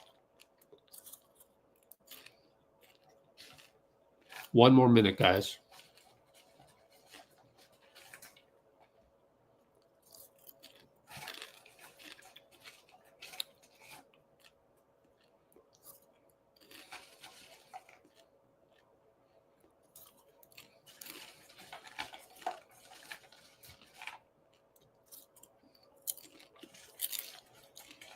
Probably 20 more seconds.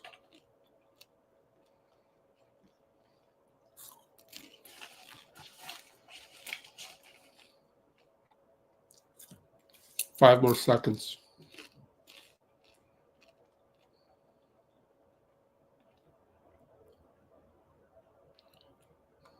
That's the slowest 5 seconds I've ever heard, ever seen. Jeez. All right, now we can go to Buddy Hield. Post-game podium in about 10 seconds.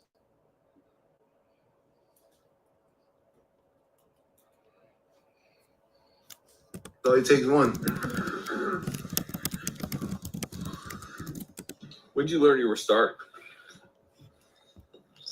When did you learn? Everybody know in a meeting. Just a meeting. I mean, he really kind of tweaked the lineup in a large degree. I mean, did it surprise you? I mean, whatever it takes to win. Whatever he feels that will help us give us the best chance to win. We have a deep team, and anybody can start every good night, but I think he's just trying to figure out what groups click together. And probably tonight, Wiggs is out too. But I think that lineup was out before, and I think he probably liked the numbers. I don't know, whatever it is. But I think I'm gonna play faster, and just get off a good start. One of the reasons he gave was that he wants to get you going. I mean, did it feel like starting, kind of getting in a rhythm, get more minutes that kind of got you going? Yeah, worked out today for sure. Whenever I'm out there with Steph and Dray and Gary, and J.K. would speak on that.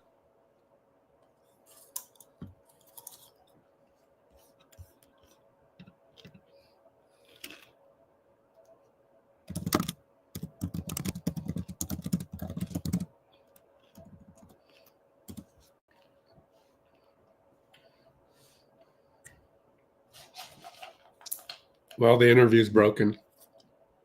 I don't know. Got the NBA logo on.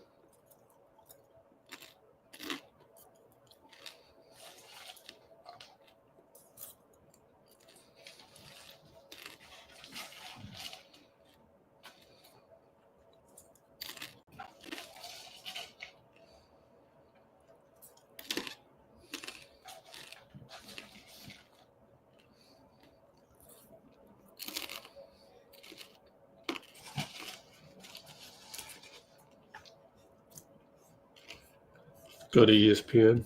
All right. Well, I don't know what they're doing with this interview. That's nuts.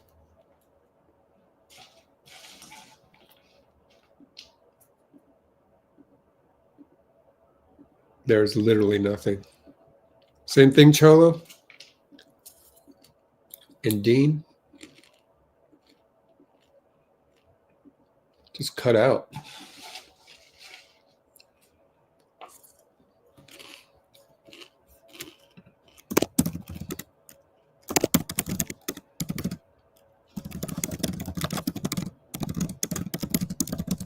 Yeah, nothing. Damn. All right, well, let's change the screen to ESPN and we'll look at the ESPN schedule. ESPN is usually on top of it, even more so than the NBA schedule, maybe.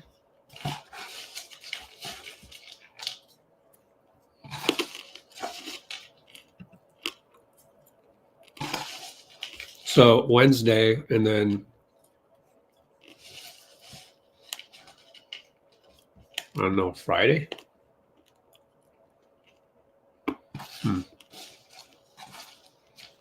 Saturday to be determined.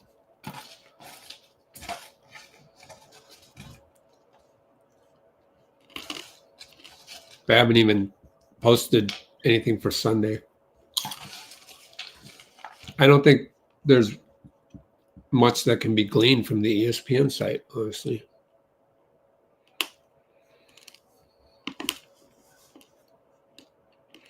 I guess got to look at a bracket somewhere. Well, that was a waste of disk space. So and there it's especially, back. I really got to see him really. Wow. All right. Whatever. Here's the rest of Buddy.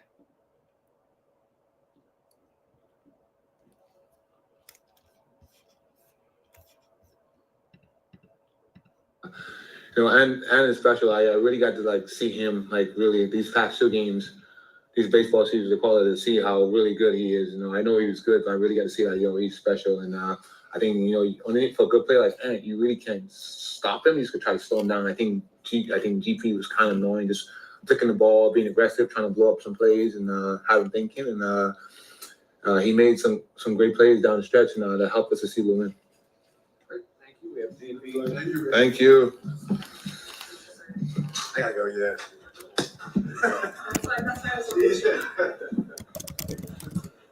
I had 2 turnovers, 1 turnover. See you all in Vegas.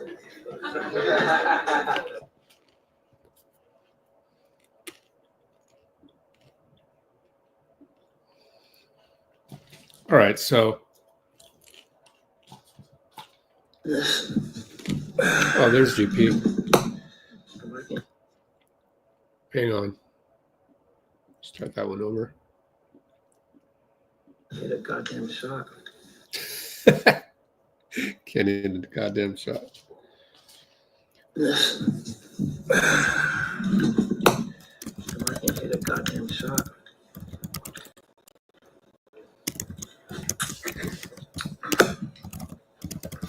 How'd you feel you did tonight defensively on Edwards? Probably made it tougher than Friday night. And yeah, a guy like him, can't let him get comfortable early. So I just try to, disrupt and, make him work earlier in the game. Try to just continue to wear him down. He was making tough shots, and then at the end, strap up and make plays. Without Wiggins, were you anticipating, getting the start on him? Probably. Yeah. What is kind of, I guess, the key, especially late, in the 4th quarter when you're going up against him? Like I said in the beginning, starts in the beginning. Can't let him be comfortable early, and then he just continue to have confidence throughout the game. And in late situations, he already got the confidence, the rhythm. Then he starts to, take the tough shots and make the tough shots. So just try to bother him earlier, make it tough for him early. And then later down the line, he's still not in a rhythm, kind of, but, just make it tough. And, our coverage and our schemes, make him second think and, get out of his hands. Sometimes he's just going to take tough shots, so then we're going to live with those. What was going through your mind when you saw Draymond blow by Gobert, throw down a dunk, and hit the night-night? It's time to go home. It's time to go home. Knockout punch. I think he did the whole night through the whole possession. So you already know. We get another big stop down the way. J.K. makes a big defensive stop, goes off them. It's game. Gary, you had 2 steals in that fourth quarter there. Describe one, especially the second one, because the second one's kind of crazy. The jump steal. Oh, yeah. I think we was blitzing him, and then I seen Dray was there, so I try to cover, get back for Dray, and let him red out and through the line drive, and put my hands up, be disruptive. I got my hands on it and got it, get it to Wardell. Is there a certain mentality you go out there, and in other words, do you think steal or do you think just limit? I mean, what's the mentality you take? Because you did some of both in this fourth quarter. Ant was 1 of 7 in the fourth quarter, and you were the main guy on it. Yeah, just try to be disruptive. When you get the ball, if he brings it close to me, try to get a hand on it, give my teammates, our defense a couple more seconds to reset and let him go get it and then set back up. It's probably going to be a high ball screen or something. We know we in, and, just try to get my hand on the ball. If I can get my hand on a tip deflection, or if I can grab it and grab it. Is there something more special about doing something like that against a guy at his caliber? It's fun. It's very fun. Make those guys think and work as they do for great defenders. Brought the best out of me tonight, and bring the best out of him. He's got to work. I got to work. It's a pretty fun matchup every time. Gary, you mentioned you want to go out and bother him. Can you get more specific on that? What do? You get hands on him or just push him, annoy him? What do you? If he's talking to the refs, I think I'm doing a pretty good job. So, what was he saying? Something. What were you saying to him? Nothing. Smiling. Let him talk. He's a pretty funny guy. So him talking to the refs is got to mic Ant up more often. And it's pretty funny. So just bother him. If he's want to talk to the refs and tell them they missed a foul or whatnot. Might have fouled him, might have not. But if they ain't call it, it ain't no foul. You just talk about the mentality of the team over the last during a little tough stretch. Such a hot start, then you had that stretch. Did confidence waver, or what was the locker room and the mood like? We just came out, hit first. From Friday's game, came out flat. This game hit first. They went on their run, and second half we came out where we struggled a lot this season in the second, third, and fourth quarter. When we have leads, come out. We were locked in. It's not always gonna be perfect, but we get through the little hiccups and keep playing, keep having effort, just keep flying around, and good things will happen. And I think we got better today at that third and fourth quarter. In those situations, don't turn the ball over, execute, and defensive-wise, we had each other's back last couple of games.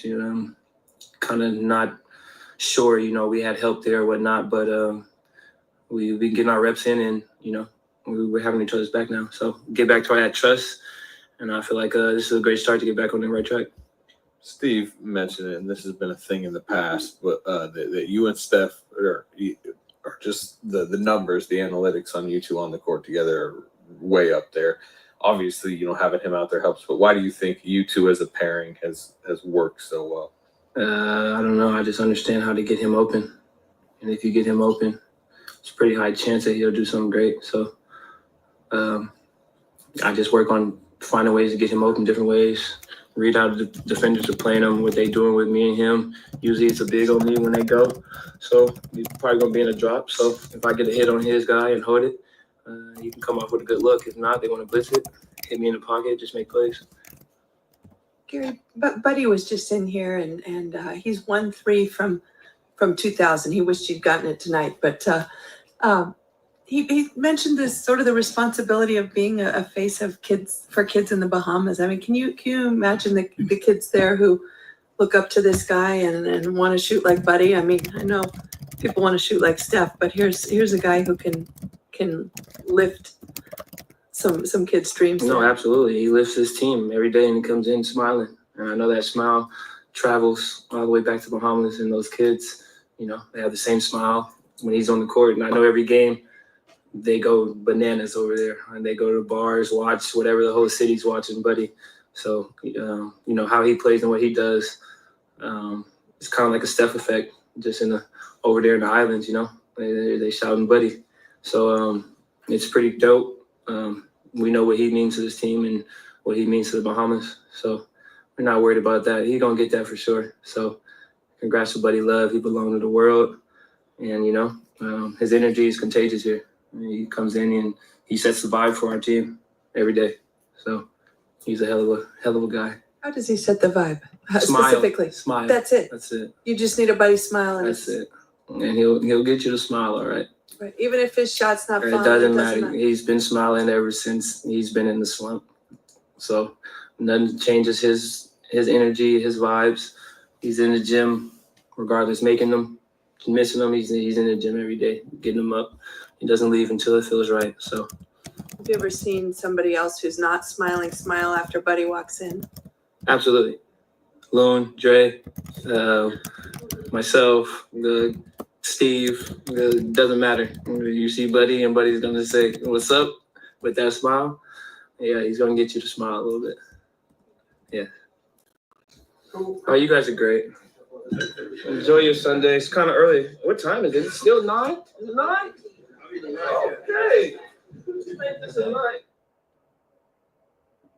All right. That was a nice long interview by Gary Payton II.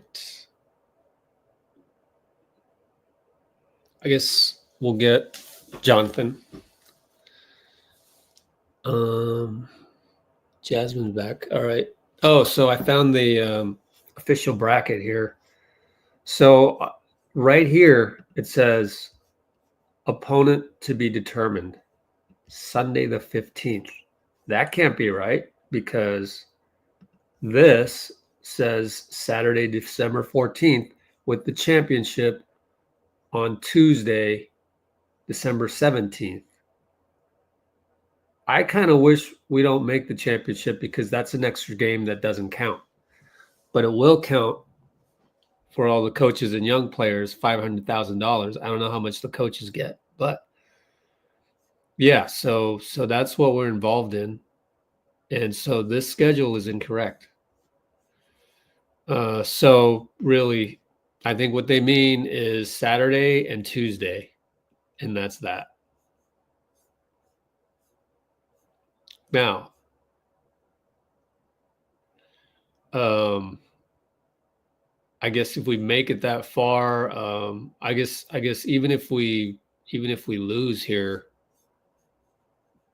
will the opponent still be determined by the loser? Yeah, so we'd play the loser. All right, it's fun. Buddy is repping the Caribbean. Yeah, he is.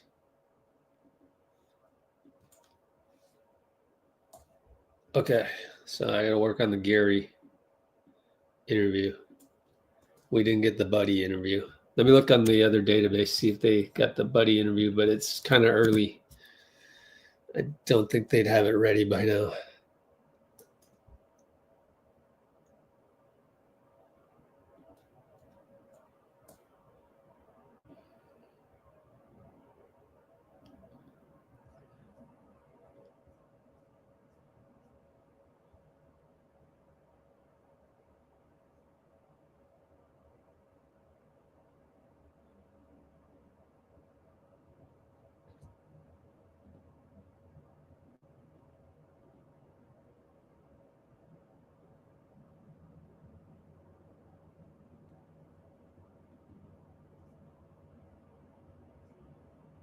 All right.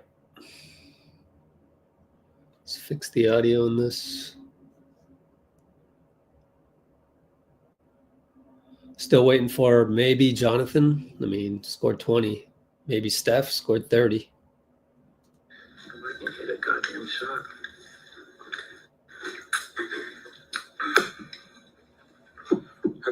All right, so all the audio seems pretty good throughout.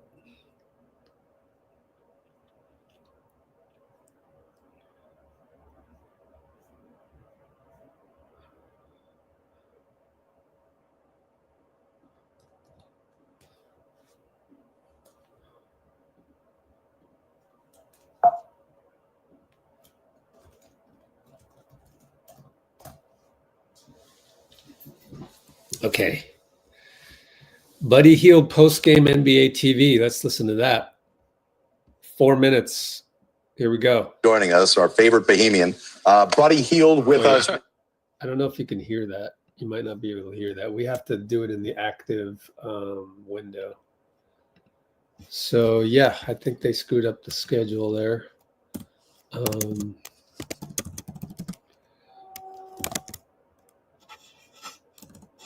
Let me go here.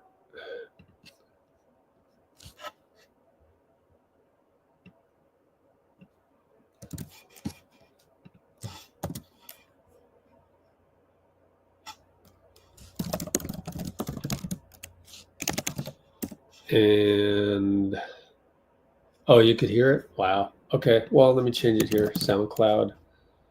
Warriors tracks. No, that's not it. SoundCloud.com Warriors tracks.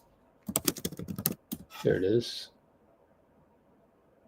Buddy Hield postgame.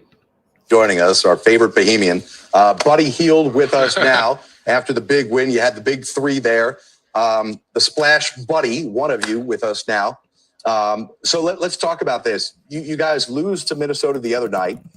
I know these are just one of 82, but going into what you have coming up in the NBA Cup over the next few days, how much did you guys discuss trying to right the ship, trying to feel good going into the NBA Cup quarterfinals tonight? You know, just being ourselves, get back to our old habits. You know, we've lost, I think, 6 of the last 7 or something like that, or 5 of the last 7. And we just want to come in and get back to our old ways, playing fast, playing unselfishly, you know, having fun and playing with that joy and that spirit. And tonight we got back to that. You know, Minnesota came in, they got the win, you know, and we didn't felt good about that. And especially going to the NBA Cup game, we want to go in feeling good, you know, especially in a good Houston team. They're good, they're well coached defensively. They got guys that can go and make plays. And we just got to be ready for that fight come Wednesday. What's up, buddy? How you doing? What's up? What's up, Michael? Ain't nothing, bro. I wanted to ask you, tonight was a great performance by you. You know, you had it going from the 3-point line. Obviously, it was a great win as a team. You know, your play of the past probably 10, 11 games. You've had some good games. You've had some okay games. You come out here, you have a big night. How does a game like this catapult you for the rest of the year? You know, in the NBA, you know, you've been through it too. You know, just like you sometimes you hit a wall. You know, sometimes you don't. You know, you never plan on hitting the wall, but just happens. You know, and just my teammates find me in the right spots. You know, didn't start how I want to, but like, you know, you gotta keep trusting your work. I know the ball is gonna find a way into the hole, and I did. And you know, as a shooter, all you need to see one to go down. And my teammates been having my back since I came here. And this team is a good team to be around. We all love each other. We all enjoy each other's success, and we just got to keep building off this one. 100%. Keep going, my man. Brethren, my brother, it's OG here. I go. You get some gunk salad yet? Hey, you already know. I had some last night before I got up here. You got some out there? You got some out there in San Francisco?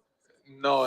You know they ain't pushing no conch out here. No, man. I just want to give you your flowers because I've watched you for a long time, and you know, I saw you in college, and I saw you when you first got into the pros, and then I saw you last year, and it just didn't seem like the love. It didn't seem like the buddy that I'm used to seeing playing the game of basketball. Right. So I'm seeing you get back to that love. I'm seeing you play the game that you love to play. I've seen you come off the bench. I've seen you be in a starting role, but regardless of what role you're in, you play with energy, you play with effort, you play with passion, you play with that love again. Just talk about finding that love again and being around Steph Curry and being in a locker room around a championship group of guys and having an opportunity to play for Steve Kerr. How has that rejuvenated you and re-energized Buddy? It was a good question because like last year I didn't have that love for real, and just being around, like when we make a decision, we wanted to find a team that I can like feel appreciated, and loved, and coming here, and just Steph and Steve reaching out to me in free agency, and just communicating, and just being here, just Steve and Steph and Draymond and everybody on GP, everybody all just putting their arms around me and trying to help me get back to my old self, and this team is just unselfishly, they're so unselfish. They make the right play. They play the way I want to play, and on and off the court is a great group of guys to be around. And I was like, I haven't won yet in this league, so just being around these guys, you want to learn how to win. You want to see how they do things. Just being here, I'm just being a sponge and just like keep my eyes open. So everything they do, I'm like, yes, sir, because these men, they won 4 championships, so I'm just learning their championship ways and their championship habits. And every day, it's not going to be pretty, but the main objective is to win games and have fun doing it. But be honest, do you like the nickname Splash Buddies? Can we do better? Can we do better than that? I like Buddy. Yeah. Yeah, I guess it makes sense. Yeah. Hey, a couple of numbers for you here. Maybe when you go into the video room with the team, you should tell them about this. When you scored 20 or more points, the team is undefeated, 7-0. And when you take 10 or more shots, the Warriors are 11-2 this year. So I think we found the formula on how to get the Warriors on the right track. Don't jinx us right now, but we just gotta stay humble, keep working. The basketball always reward good, so we'll be fine. All right. Well, we appreciate you taking some time here. Good luck as you head to Houston for a big game in the NBA Cup quarterfinals on Tuesday. All right, Mike. Thanks, bro. Appreciate you. Happy for you, bro. You ain't no Keep love. doing your thing. Love, respect. Bro. Yes, Thank you. Send Take these care. guys some goods. For sure, I will. I send them some coconut rum. Send him some coconut rum. I'm glad he squeezed that in there right before. What mic was that? Let's see. What former player named Mike is on NBA TV in the studio these days?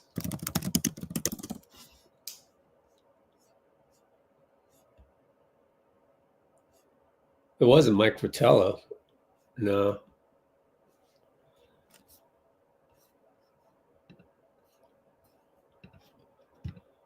What other Mike that was a former NBA player other than Fratello can be seen post-game on NBA TV?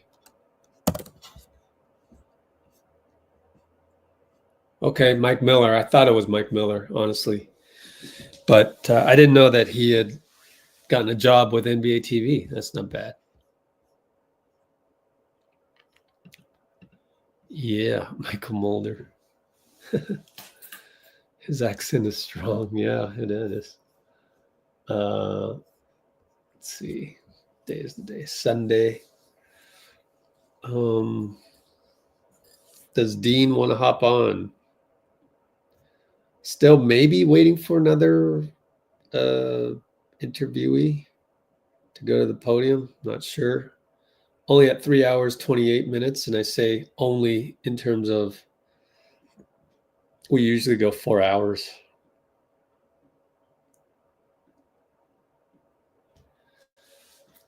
So let's check Discord for any news from the arena.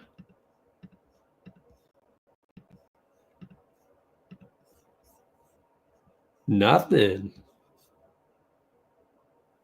Wow. I guess this is something, yeah. So luckily they asked also on NBA TV, they asked him about going in slumps. So we kind of got that answer in a different way. Let's check the rest of the NBA tonight. Jump to the present. Oh, I've got like a dozen more beat writers of the NBA to add. So we'll get there. Wow, Chris Paul, second most assists in NBA history. Wow. You're not going to catch John Stockton, but that's commendable.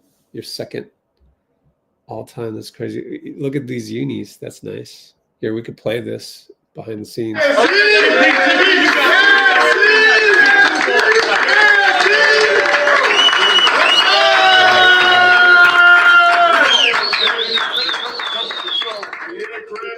This is every teammate you have assisted on in your career. We have all watched and admired you in this long journey. And we've all been privileged this year to experience it up close. It's been a hell of a journey. We are very, very privileged to be a part of it. And in typical CP fashion, after he passes Magic and J-Kid and in all the milestones and accomplishments he's had, this is at the top as the number 2 assist guy, and he got it with a win.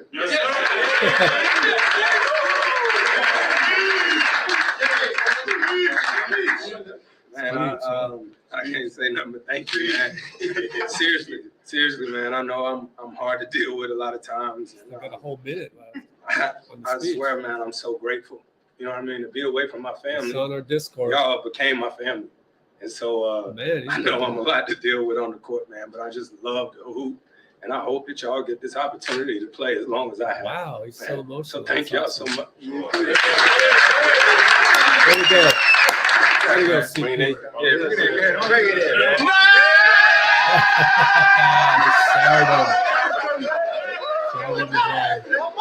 Oh, Vic. Oh, my God, Vic. Did you see that? Victor, Wendy, Dawson with the entire icy water. Spurs on 3. 1, 2, 3. Spurs!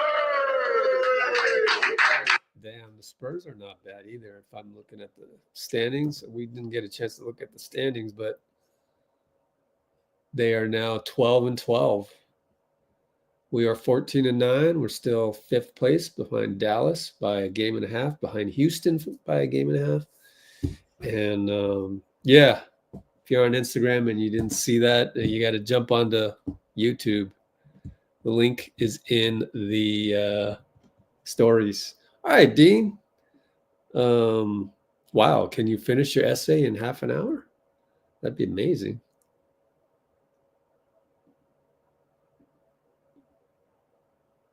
All right, well, I've got some transcribing to do. Oh, Ryan, Spurs fan in the house. Yeah, his name is Mitch Johnson. Thanks to Dean for naming him a while back. Mitch Johnson, I have a lot of respect for Mitch Johnson. He's good. He's really good. Young coach of the Spurs was he the one that was an assistant for like 11 years or something? Or was that somebody else? It might have been him. Yeah.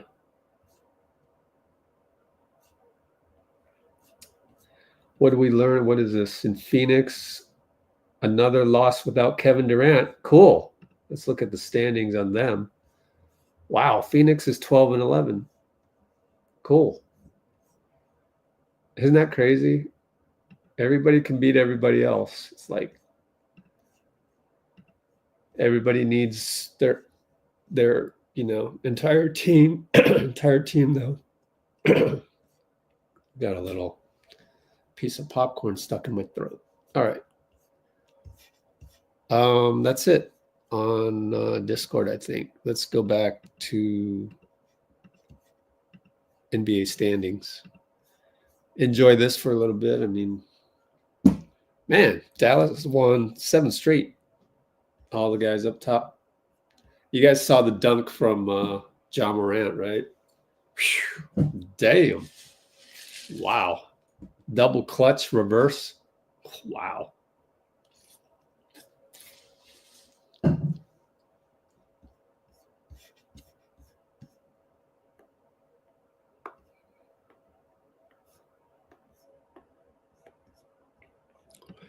Yeah, every time Buddy shoots well, we're really hard to beat. That's the new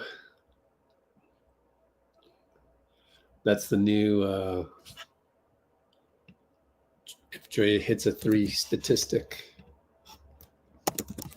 Let me go check the NBA feed to see if we're done with the podium, which would be odd. We're really not going to get... Oh, it just broke on me. Are you looking to take control of your shipping costs or meet? Got to get through this ad real quick, and then we'll see. Wow, the webpage just broke on me. I don't know what happened there.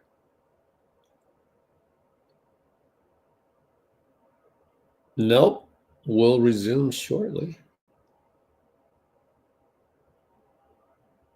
Wow, it's been stuck on that for a while. Yep, GP2 at the 52-minute mark, and nothing. It's been idle for 19 minutes.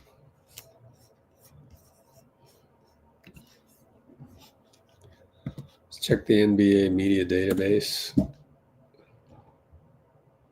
Nothing. Let's check one more source. Nothing.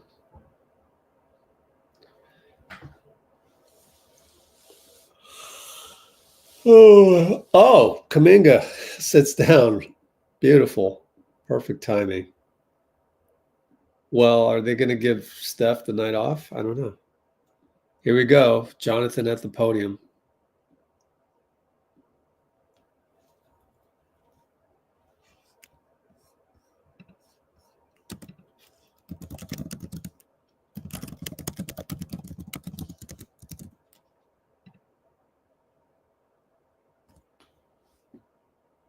I lost the sound. My fault. Here. Yeah, I feel like.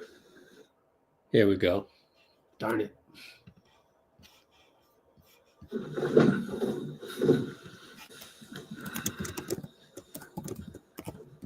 What do you think the key was offensively tonight? It wasn't great at the beginning. You know, I feel like third quarter, fourth, we'll pick it up. You know, we just had to speak about it in the locker room, and I feel like we just did not foul as much. We stayed locked in and we stayed poised, you know, no matter how things were going. I think that was the key. Talking about halftime, you guys talking about it? Yes, sir. What was the general message at halftime? Stay solid, stop fouling. Yeah, I think that was it. How much, I guess, you guys started very different tonight. You were at the 4, Draymond at the 5, Gary out there, Buddy out there. How different did that lineup feel space-wise and all that? I mean, you're not feeling anything different. I mean, you know, I'm used to playing that way. You know, we don't have like a men lineup that we're out on every time. So I'm used to it, and it feel good. You know, I feel good to be out there with Dray and Gary. You know, when you guys played with the pace you had in the third quarter in particular, what does that open up for you guys as an offense? I feel like we're just we play with pace and just taking care of the ball. I had a bad turnover early in the game, and you know, things like that affect you. You know, I feel like we ain't had as much in the third. When we went out there and started running, we started running better offense and respecting all the details on offense, and I feel like that kind of helped us to take the lead and push the score up a little bit. Jonathan, what does it mean to you to kind of be in the starting lineup now? Steve said he wants to kind of give you a look and see how it's going to look. And Draymond said, hey, a lot of people in this franchise feel like you're next, so it's time to see the next big thing in the franchise. What does that mean to you? I mean, it means a lot, you know. It's not something I should go out there and, you know, and lift my shoulder about.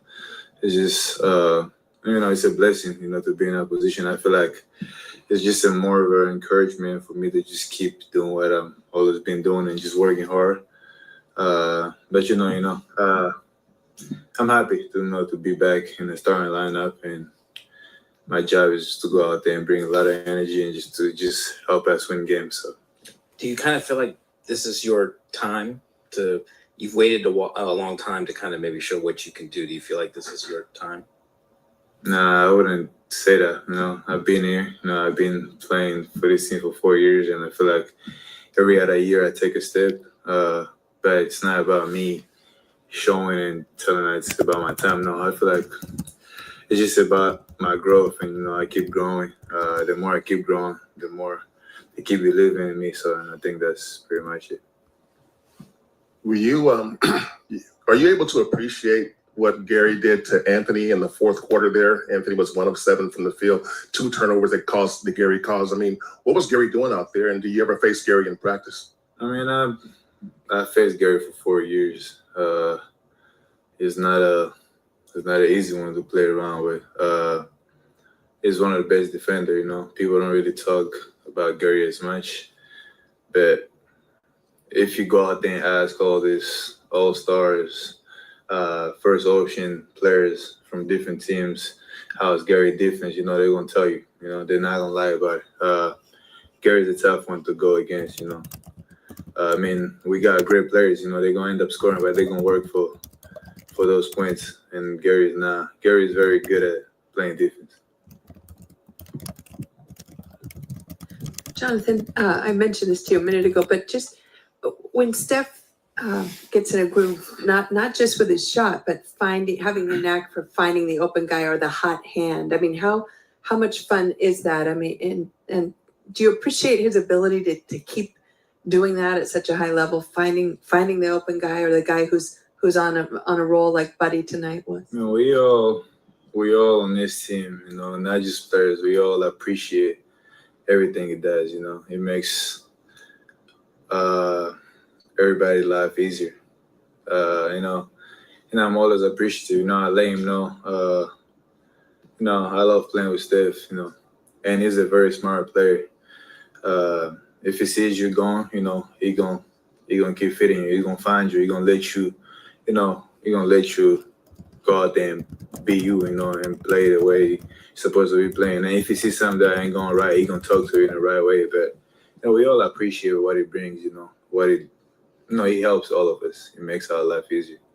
And one quick thing on Buddy Hield. Gary was up here a few minutes ago, and he said that when Buddy walks into a room or into the gym or film, whatever it is, and he says, "What's up, guys?" and he's smiling, it just lifts the spirit of the whole place. He brights up the room, Buddy very funny. He's very funny, and he's a really good person. Like, his personality is great, I never seen Buddy mad.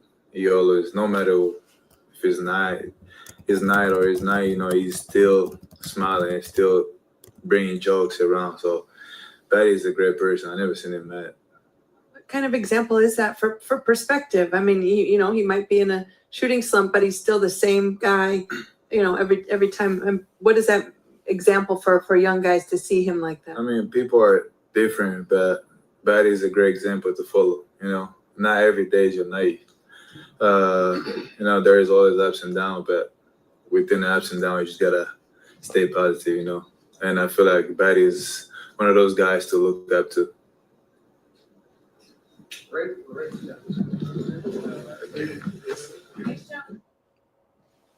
Did he say Steph is going to be there? Or what was that? Couldn't quite hear that. That'd be great. Let me see. Fast forward. That'd be great if we get Steph. Yeah. So we'll see, but wait around for that. On YouTube and I guess Instagram, we're now at 3 hours, 45 minutes. We usually go 4 hours. Dean on YouTube is calling Jonathan Johnny Cool. Johnny Cool with a K. I like it. Johnny Cool. That's funny. Don't you love what he said about Buddy Hield, though?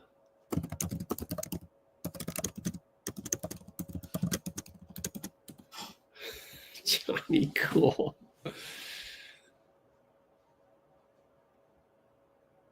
No, what? What's no? Let me check that last part of Johnny Cool's interview, just in case. Did he say Steph's coming to the podium or not? I guess if he was coming to the podium, he would have gone to the podium already. We've been ups and downs. Steph, what did you think of Draymond's night-night celebration? Oh. One of those guys. Whoops. There it is. I saw it at the very end. Who is that? Is that Melissa Rowland? Melissa Rowland came to the game. So we're getting Steph on audio only for now.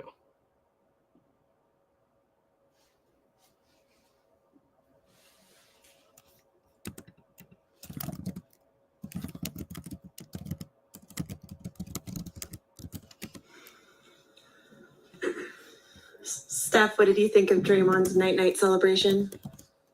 I saw it at the very end of it. I didn't know he did it all the way down the court. Let's just say his is a little bit more aggressive than mine. And I like it. You gotta make it your own. You and Ant had a moment at the end of the game. What was that discussion like? What has it been like going up against him past 2 games with this baseball series? He's tough, man. He can do everything on the court. He's shooting the ball at a high level now. He's got that dog in him, pun intended, Georgia. And he just loves hooping. So I got to feel that energy all summer and what he brought to Team USA. And, you know, he talks trash. You know, he's in every moment. And he's a guy that, you know, leaves in great hands for the next 15 years with him just being who he is. So the competition is great, especially at the stage of your career. You want, you know, to appreciate the young guys who are elevating their game and coming into their own. Obviously, you want to come back and win this game and compete as well. Hey, Steph, the analytics say that you and Gary work well as when you're together on the court. Can you talk about a little bit about why it works, why you guys work so well together, and if that was a something that you guys have developed over the year, or just kind of an automatic thing that you're in sync?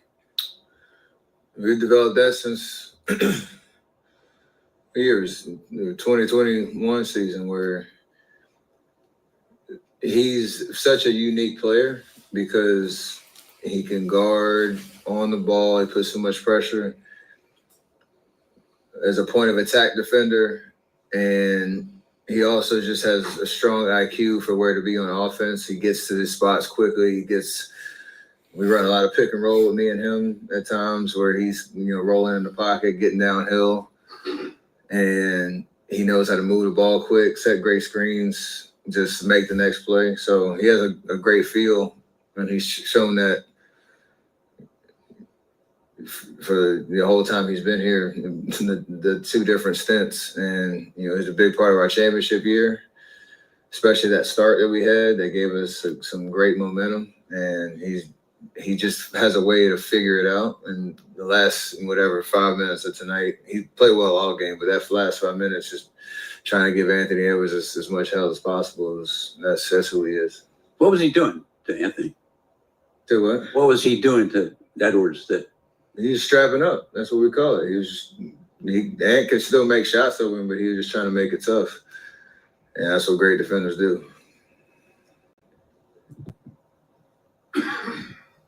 Steph, for years we've heard Steve Kerr talk about the word joy and playing with joy. And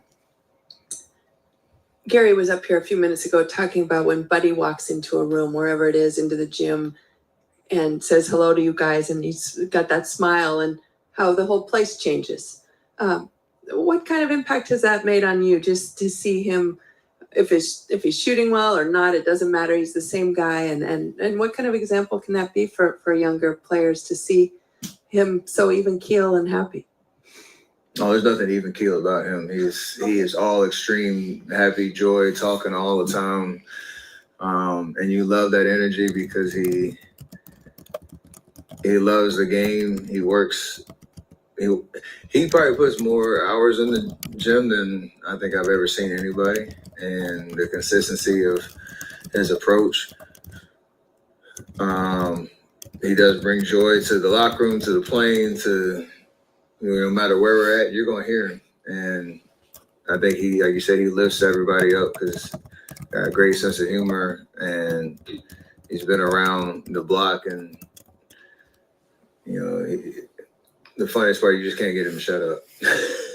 So you just you appreciate everything he brings. I meant more in terms of even keel. I meant he doesn't get so super down if he has a rough night, right? I mean, he stays with that smile and that. Yeah, he stays with that smile for sure. I know, like the work that he puts in.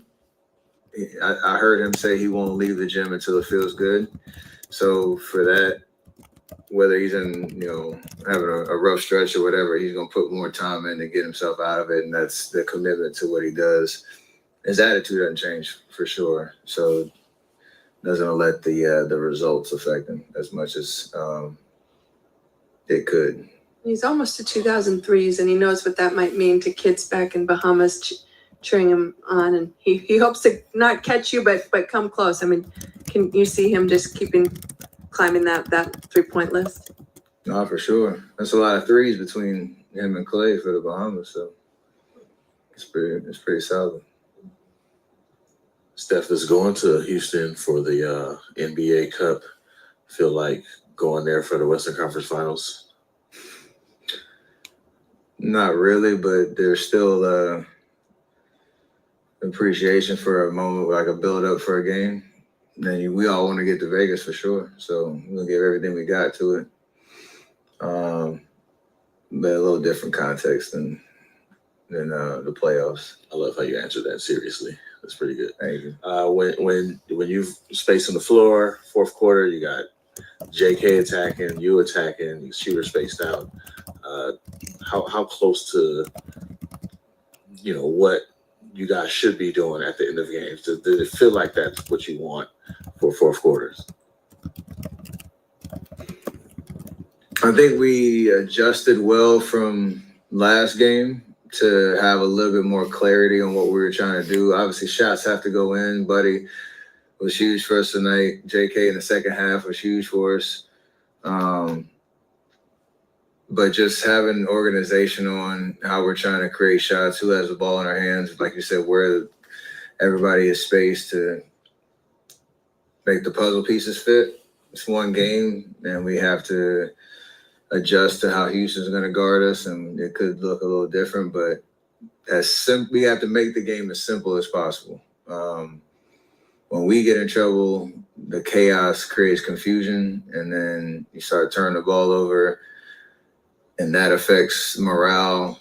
The other team feasts off of that, and the momentum swings quickly. We controlled every possession. I threw one turnover at the beginning of the fourth, and then I don't know how many. I didn't feel like we had any after that because we were just organized. And whether you make or miss shots, it keeps everybody engaged and doesn't give the other team any real life because you're not giving them easy buckets on the other end, feasting off turnovers. You've been around Gary now for a few years. Are you able to feel how much he enjoys the challenge of going against elite scorers like tonight against Ant, who was 1 of 7 in the fourth quarter? Yeah, I mean he's adopted that identity from Oregon State to the G League to here, where he understands that's the value he brings to an NBA team and a winning team. My favorite part of him is he'll be on the bike and we need a defensive lineup and he sprints to so we call him the wrestler. He comes out of the tunnel, sprints to the check-in, and he's going to go find who the best scorer is. That's a pretty clear role. And so he loves it. He embraces it. And more nights than not, he performs at a high level in that role. So you weren't surprised when Ant got up with 9:37 left that Gary also got up and checked in at the same time? That's good. Chess match. McDaniels did the same thing for me. And you have those type of matchups where, the other team's like, hey, you got him. try to stay on him. Don't switch. Like, we'll have your help in the back.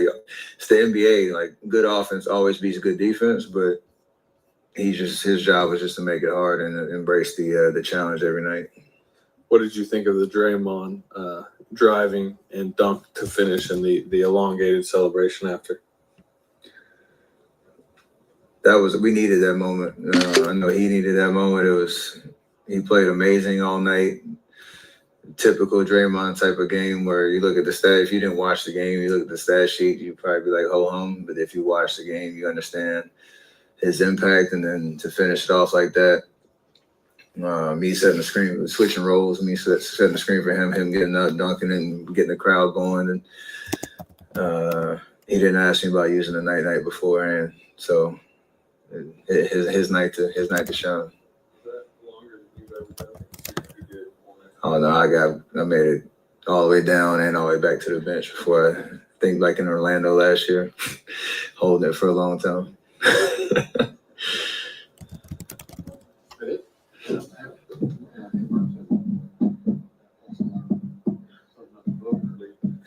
Hey, Quincy Oliveri had his first NBA basket tonight.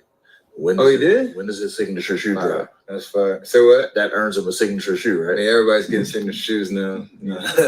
Nah, I'm happy to have him on the squad for sure. It's good timing right there.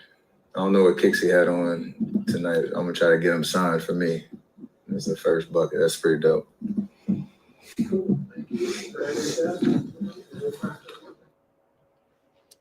Raymond says no practice tomorrow. And if you saw on our Discord server, which is still in beta mode, I need to figure out how to make it more available to everybody else. If that's everybody else on Instagram, if that's everybody else on YouTube, but there it is from our NBA Raw feed channel. Looks like the Kings beat the Jazz by 44 points. But anyways, Quincy Oliveri, NBA debut. It didn't say that.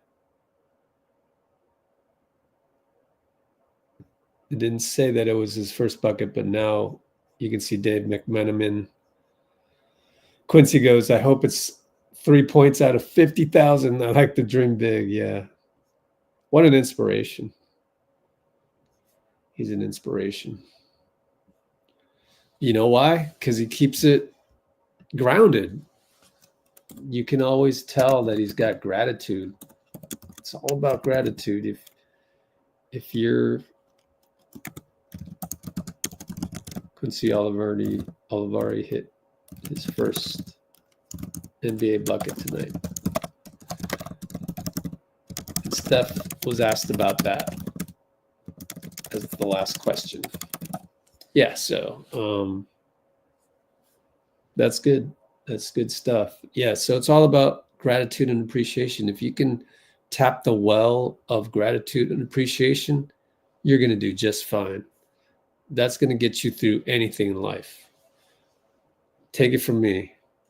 I've had to. Sports fans, gear up at NBAstore.com with officially licensed fan gear for every team and all the players you love. Shop now and get today's special. Oh my God. Well, that's the NBA site giving me the advertisement at the end of it all.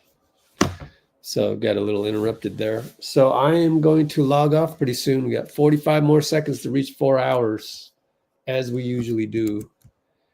Again, next game, Wednesday.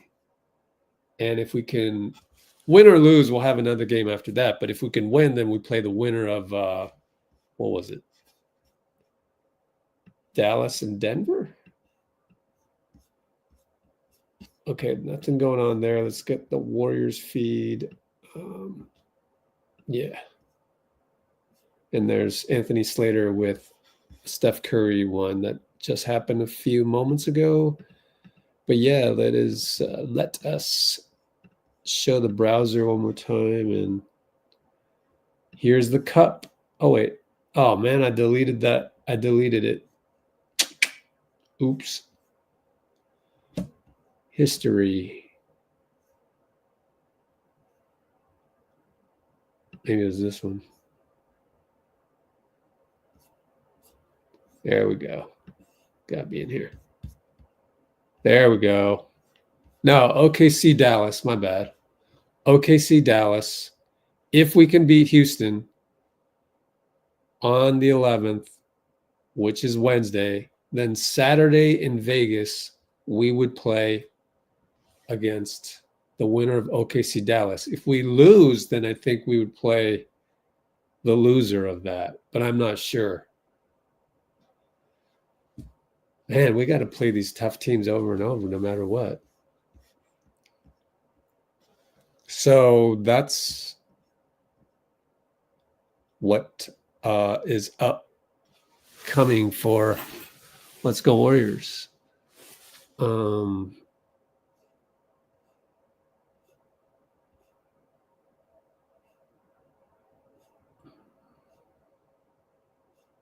Looking at your comments on YouTube. You know, it's funny. Dean, somehow Monte Ellis came up. I guess, how did Monte Ellis come up? It's a random tangent.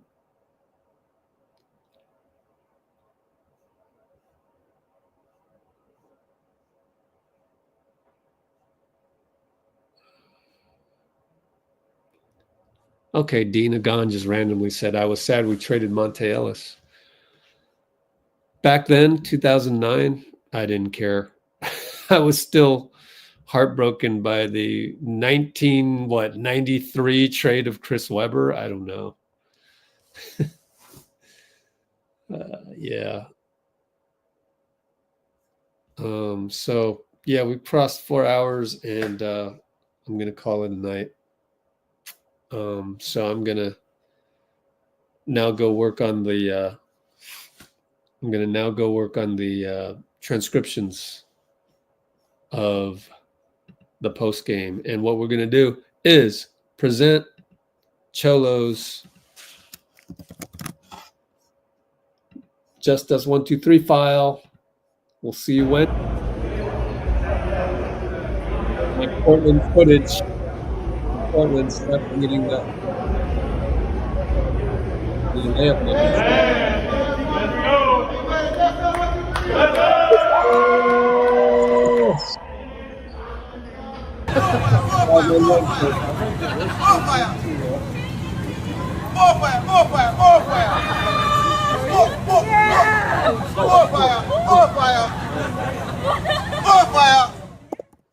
And Brate. So yeah, that was Buddy Hield. Did the journalists know about MoFire? I bet you they don't. See you guys. All right, I'll see you then. See you Wednesday.